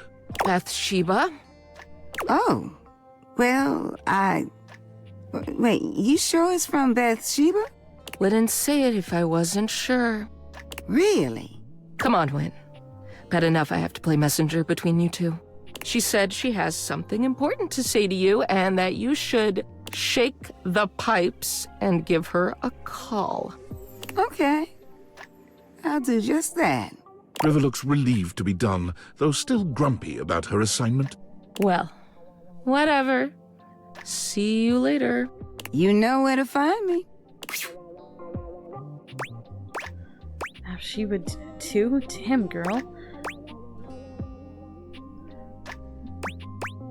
Let's do this one. What? I have no idea what you're talking about, sweetheart.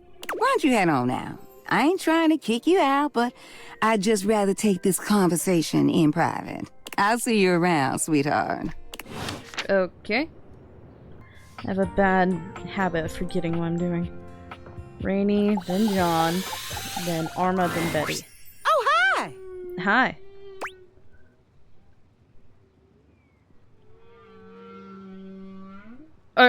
Are those whales? Whales? Why? Whales? Oh, hey! You're just in time to listen with me.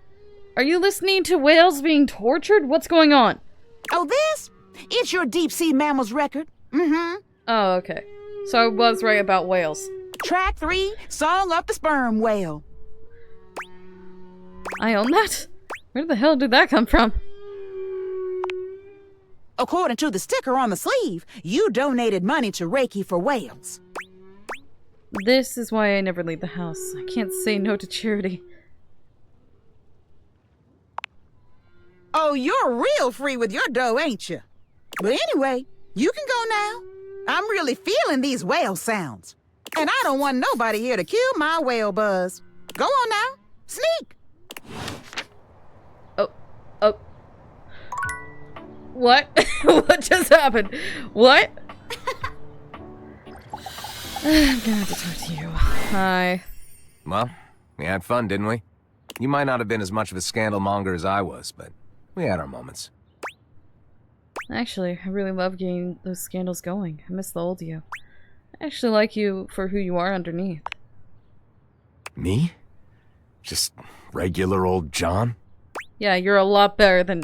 Yes, the other you was way too much energy to keep up with. Well then, fuck. Come over anytime. Screw like normal, yeah? I love that! I got the depressed version of Scandal Opera to love me. I love you so fucking much. Okay. Okay. Why?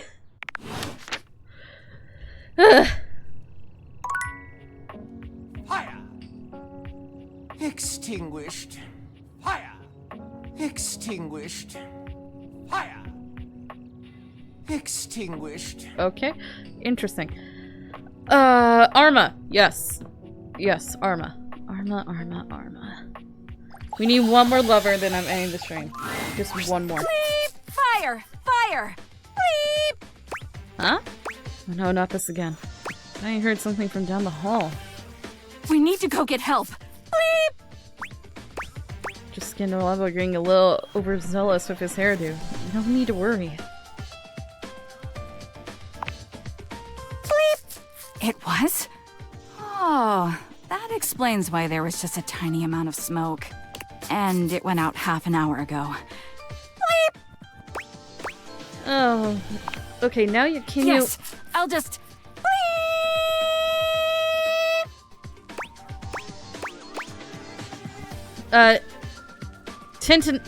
Tendinitis is a real thing, you know? Arma, dude! That should do it. So, what brings you to my neck of the woods? Okay, I just have to know what the heck that sound is. What sound? I don't hear a sound. Beep. I feel great. You might be due for a recharge. When was the last time you took a break? A break? I don't take breaks. I can't take breaks. If I take a break, everyone will die. You have to take breaks. Arma, what's this all about? Where's this actually coming from? Where's all what coming from? Beep. I don't know what you're talking about. You've been slipping at work, Arma. You can see that, right?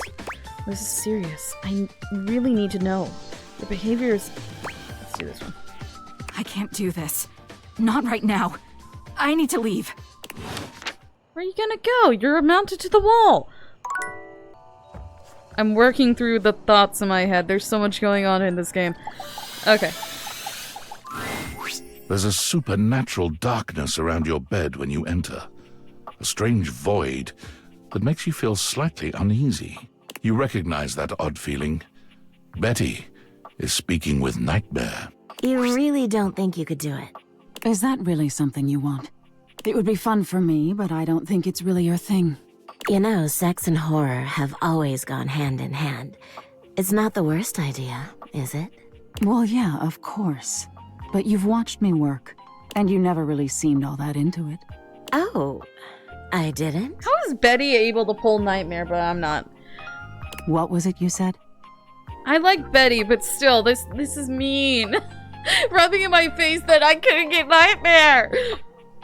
Oh yeah, it was... Oh God. Why are you doing that?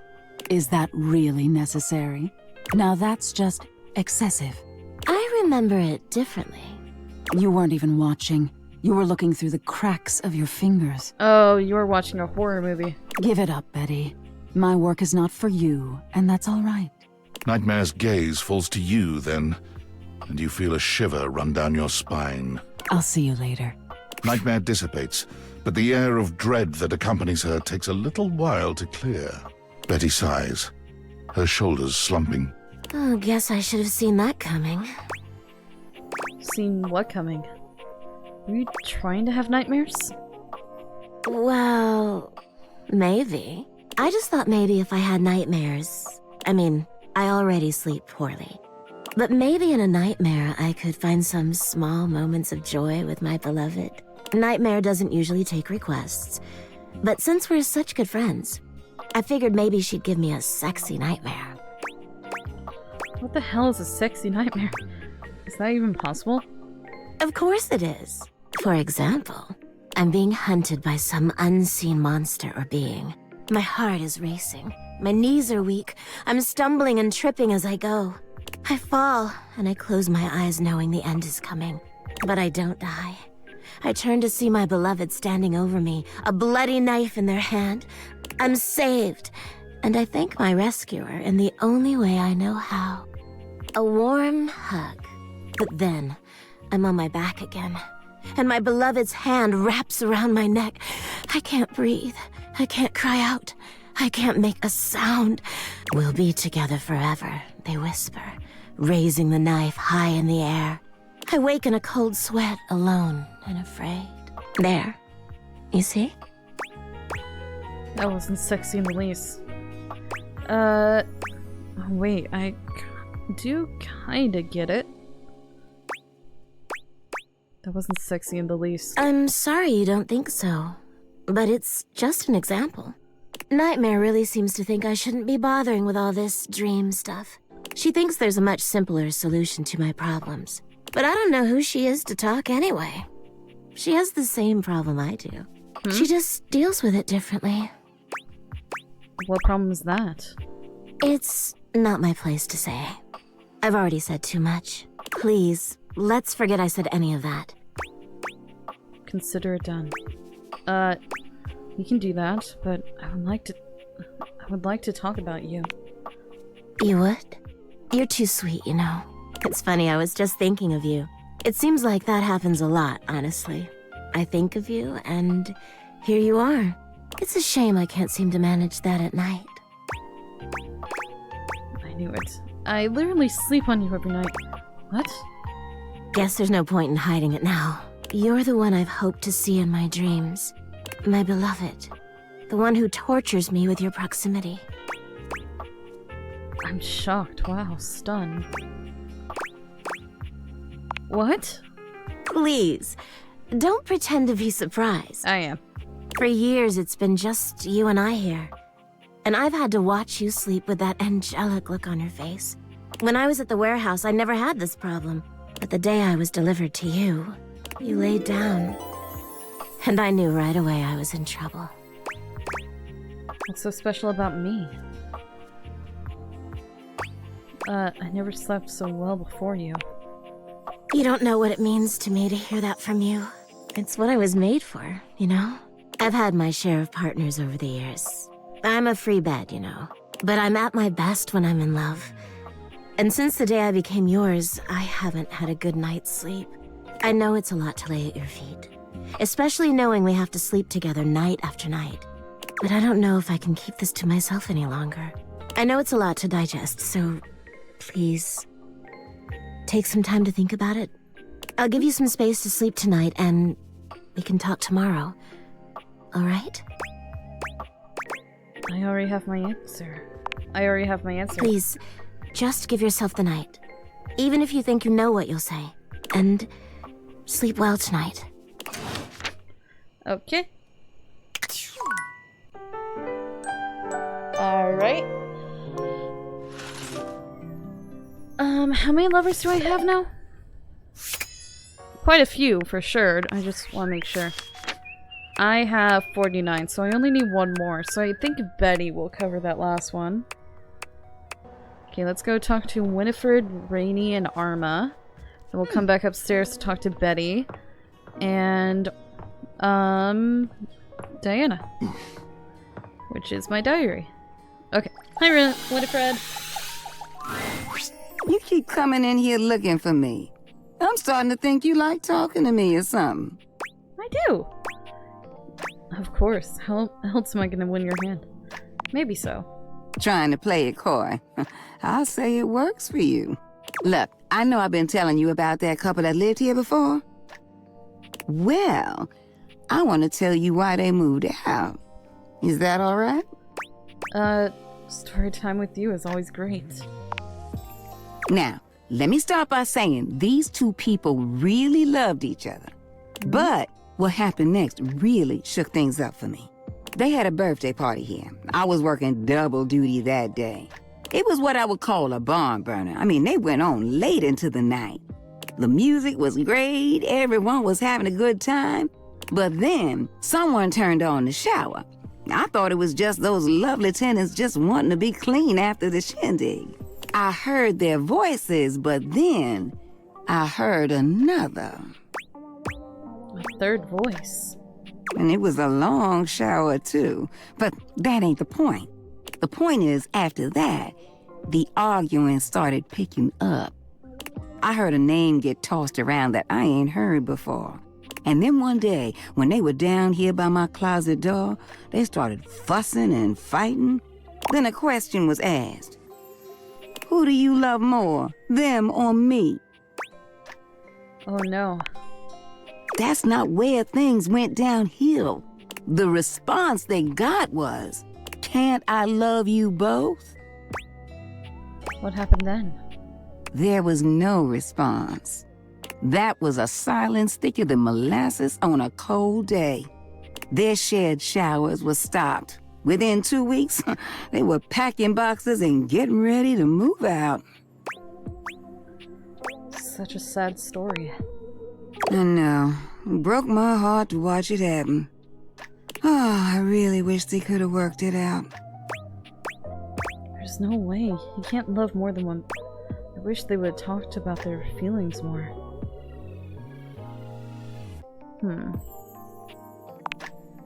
Me too. You know, I wish you could have met them. They were lovely. Sorry. I always get a little nostalgic when I think about them. And I've got some thinking to do. You mind coming around some other time? I appreciate you as always, darling. Okay, that's fine. Rainy, Arma, Betty, Diana. Rainy. It's a bit difficult to tell exactly what music Rainey is listening to at such a dreadful speed, but it sounds almost like a high-pitched orchestra. If the orchestra was composed of awkward high school kids. What the hell is this? What happened to the whale sounds? Is this a high school band? Well, record sleeve says it's your local high school band. None of these kiddos are virtuosos, but can't you just feel the human spirit radiating from all those shaky notes? I can feel something radiating. Get a grip, Rainy. Yeah, let's bring back. Get a grip, Rainy. Rainey takes in a deep breath and sighs pleasantly, the cacophonous music evidently registering to her as nothing more than soft, sweet melodies. I've got an edge already, man. I'm feeling high. Go on now. Leave me be.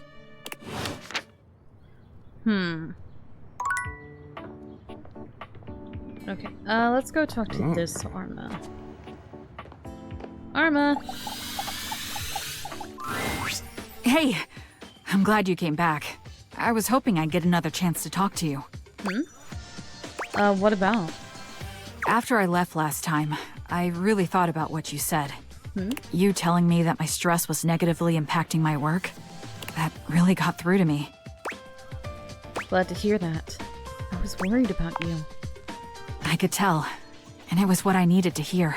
In fact, it made me realize that I needed to focus more on making sure I'm okay before I can start trying to help others. So I took some much-needed R&R and even healed some old wounds.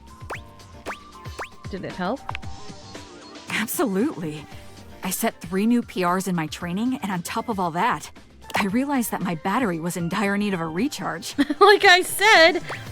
Rechargeable, everlasting. Interesting. Yeah, I think we all might have noticed that.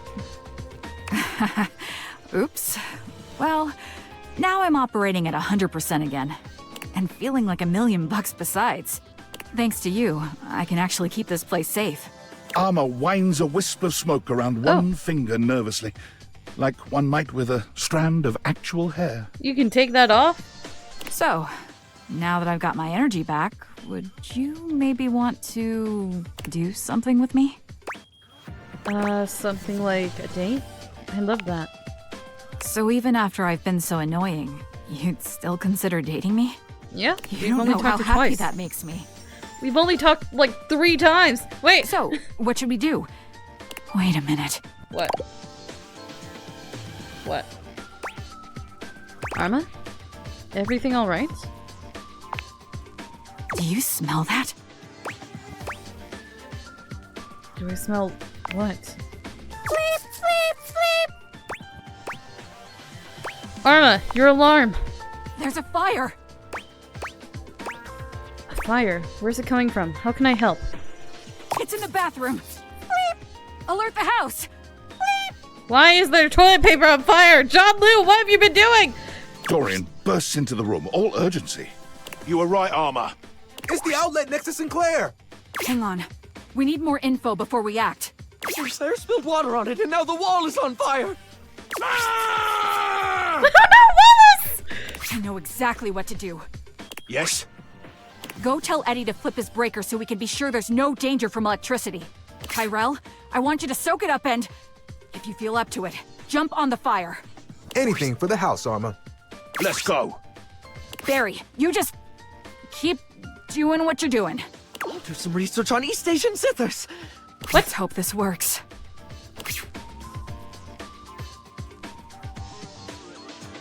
Amidst the chaos of the fire, Armor stands firm, shouting out orders and ensuring everyone in the area is safe. It all happens so quickly, but when the smoke clears, your home and objects are all relatively unharmed. Woohoo! We are professional firefighters now. We did it! The fire's out! Yeah!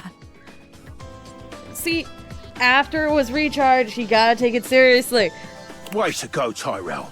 You were awesome. And no matter how many times the smoke alarm goes off, you always need to check what's causing it, because you never know if it's an actual fire or it's just overreacting to some smoke.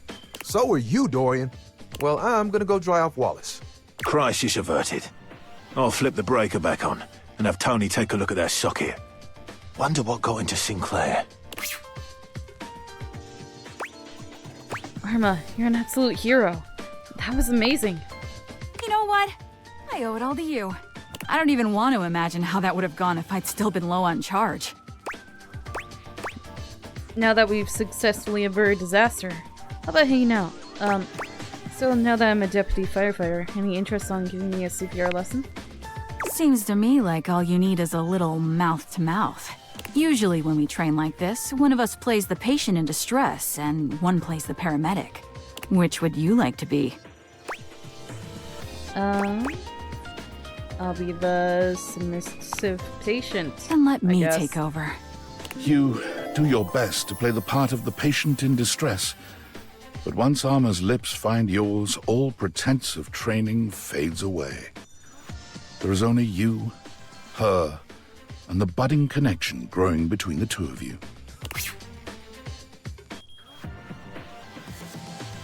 And it's all dark. Oh. I can't tell you how badly I've wanted that.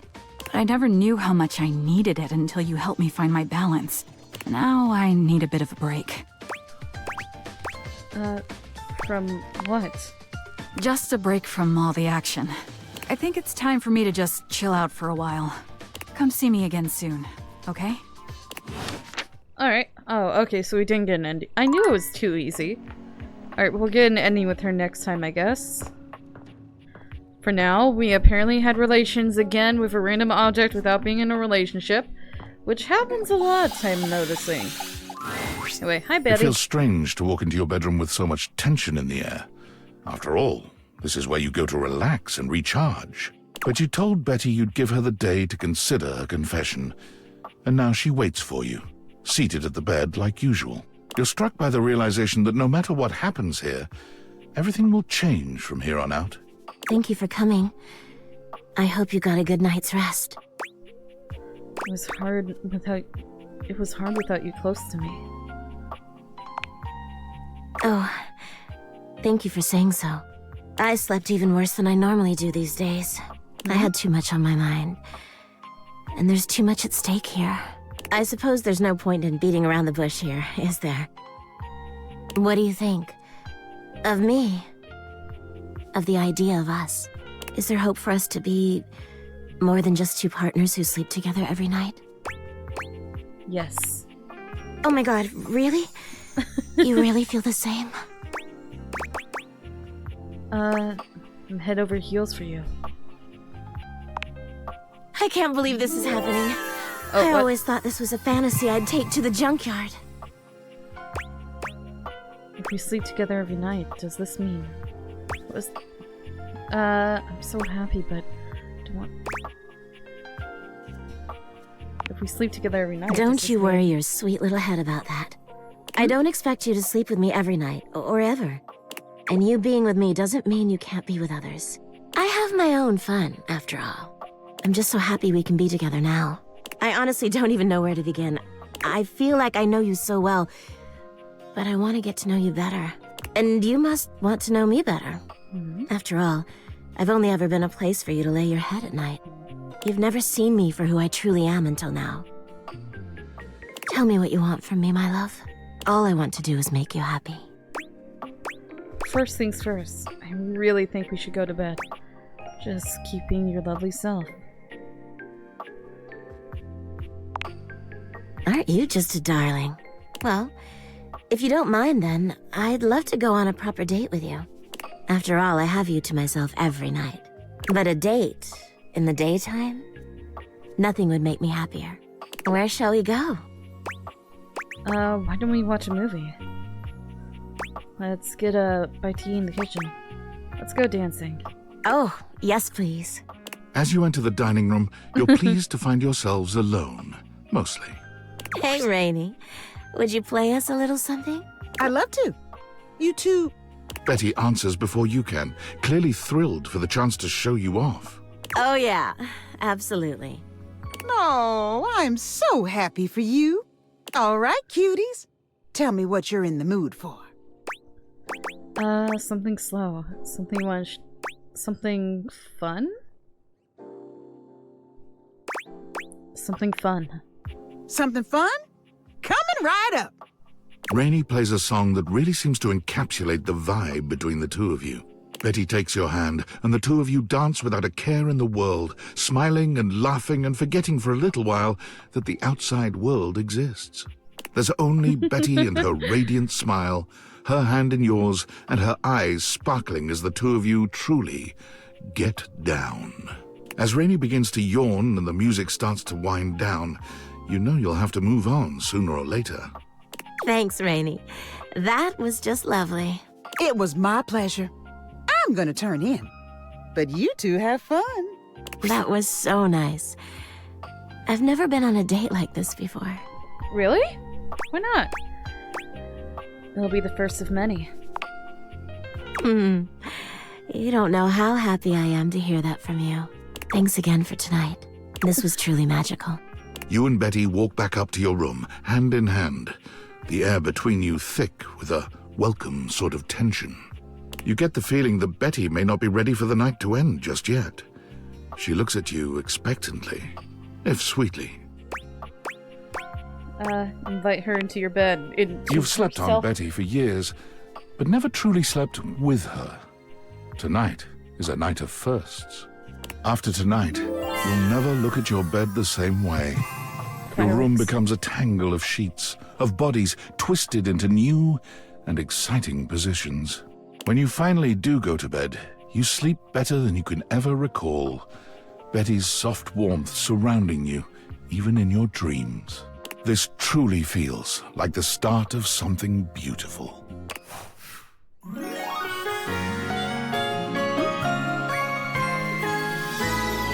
You're just a dream come true. What was that? Seer of Souls, achieve 100 empathy. I'm almost at 100 with everything. Come and give me a little snuggle, lover. Lover. Okay, so this is the last one we're doing, and then we're calling it Diana is fully absorbed in her own endless monologue when you find her again. Round and round the mulberry tree, round and round the mulberry tree. I ate a mulberry once. Actually, I had them dried in a trail mix with cashews and some cousin to chocolate. But then I bought the trail mix at a different store and I chomped down and there was glass in it. Glass falling out of my mouth. Have you ever chewed on glass? Yes, actually. I have. I almost swallowed it too. It wasn't great. Finally, her gaze darts over to you. It appears you finally caught her notice. Oh, there's you there now. Oh, are you there? Is that you? Yeah, hey. A little nervous to be back here, but I came. You're nervous? Oh, nerve us. Nerves is a part of us. Part of being in us. Maybe it's me. Maybe it's me that makes the us. Oh, I make you nerve us. Which I get. I'm a goddamn broken fire hydrant. You should be nervous. Be careful. You're gonna get swept out to sea. Okay. I'm probably okay, but thanks for checking in. Thing is, I think we actually have a lot in common. Let's do this. No problem. I'll always check. I love checking things off. I never seem to be the one holding the pen, but I do feel it when things get checked off. Scratch, scratch. And that's one more weight off my mind. Wait. My mind? Is it mine? I thought... I'm getting tired. Do you ever have that? Where you get so tired you think, maybe soon you'll stop caring enough to keep your heart beating. But one day, just a few moments from now, you'll watch as it slows and stops. And you won't mind. Never mind. Don't worry. For some reason, I always say things like that after I've said something true. I really hated that teacher. He bumped into me. He spilled my food all over me and then yelled at me in front of everyone. I've never felt as quiet as I did in that moment. In that linoleum lunchroom, embedded with the scent of turkey tetrazzini. So, yeah, the vibe I'm getting from her, she doesn't have her own memories. She has mine, and she's confusing them with her own, basically. And it's, messing with her sanity and grasp on reality. I think I mentioned that last time. That's my story. That happened to me in high school. For the first time since you met her, Diana's manic energy quiets. Just a moment. You wrote about it. You wrote about it after it happened to you. In high school. You were in the lunchroom too? In the basement? Yes, I wrote about it in here. You did this to me? You put that in me? You put that story, that memory... Wait, I'm not that story. That story has been eating away at me, you know, like bleaching coral. Why did you... Why would you? Because I am not you! Because you were good at keeping secrets. I needed a friend. I was that. I am that. I should be that. Shouldn't a diary be the safest place? Safe, like a fortress with a great moat. Safe, keeping everyone out, so nobody can hear my screams from the inside. I'm shouting, I'm bleeding, I'm leaking, and I don't recognize what should be my own blood. Yes, tell me! Oh, I feel like I'm nothing if you don't tell me. And then I'm nothing when you do because I don't get to keep any of it. But I'd never tell, I promise. I promise I'd never mean to. I know that, but... Are you saying you'd talk about what I wrote in you? I know that, but you might anyway? Of course I would! Oh my god. I would try to dam up my mouth, but my apologies for talking would come right out with the rest of it. But I'd be so sorry. I am so sorry. Doesn't that count?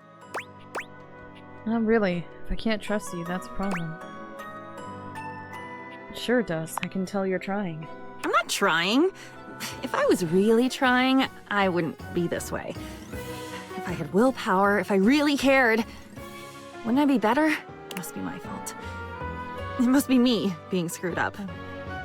There's nobody else here. There's nobody. It's just me. It has to be me. I should be better. You should go. Or I should go. One of us should. And hurry. Once you're at the bottom of the rabbit hole, the lights just get dimmer and then they die. It's okay. I've been down before. I've been down before too. I'm not scared. Of course you've been down. Where do you think I learned how to do it? You should be scared. I'm scared. Let's be scared. Quickly, quickly! The wind is picking up now. What? Wind? Okay.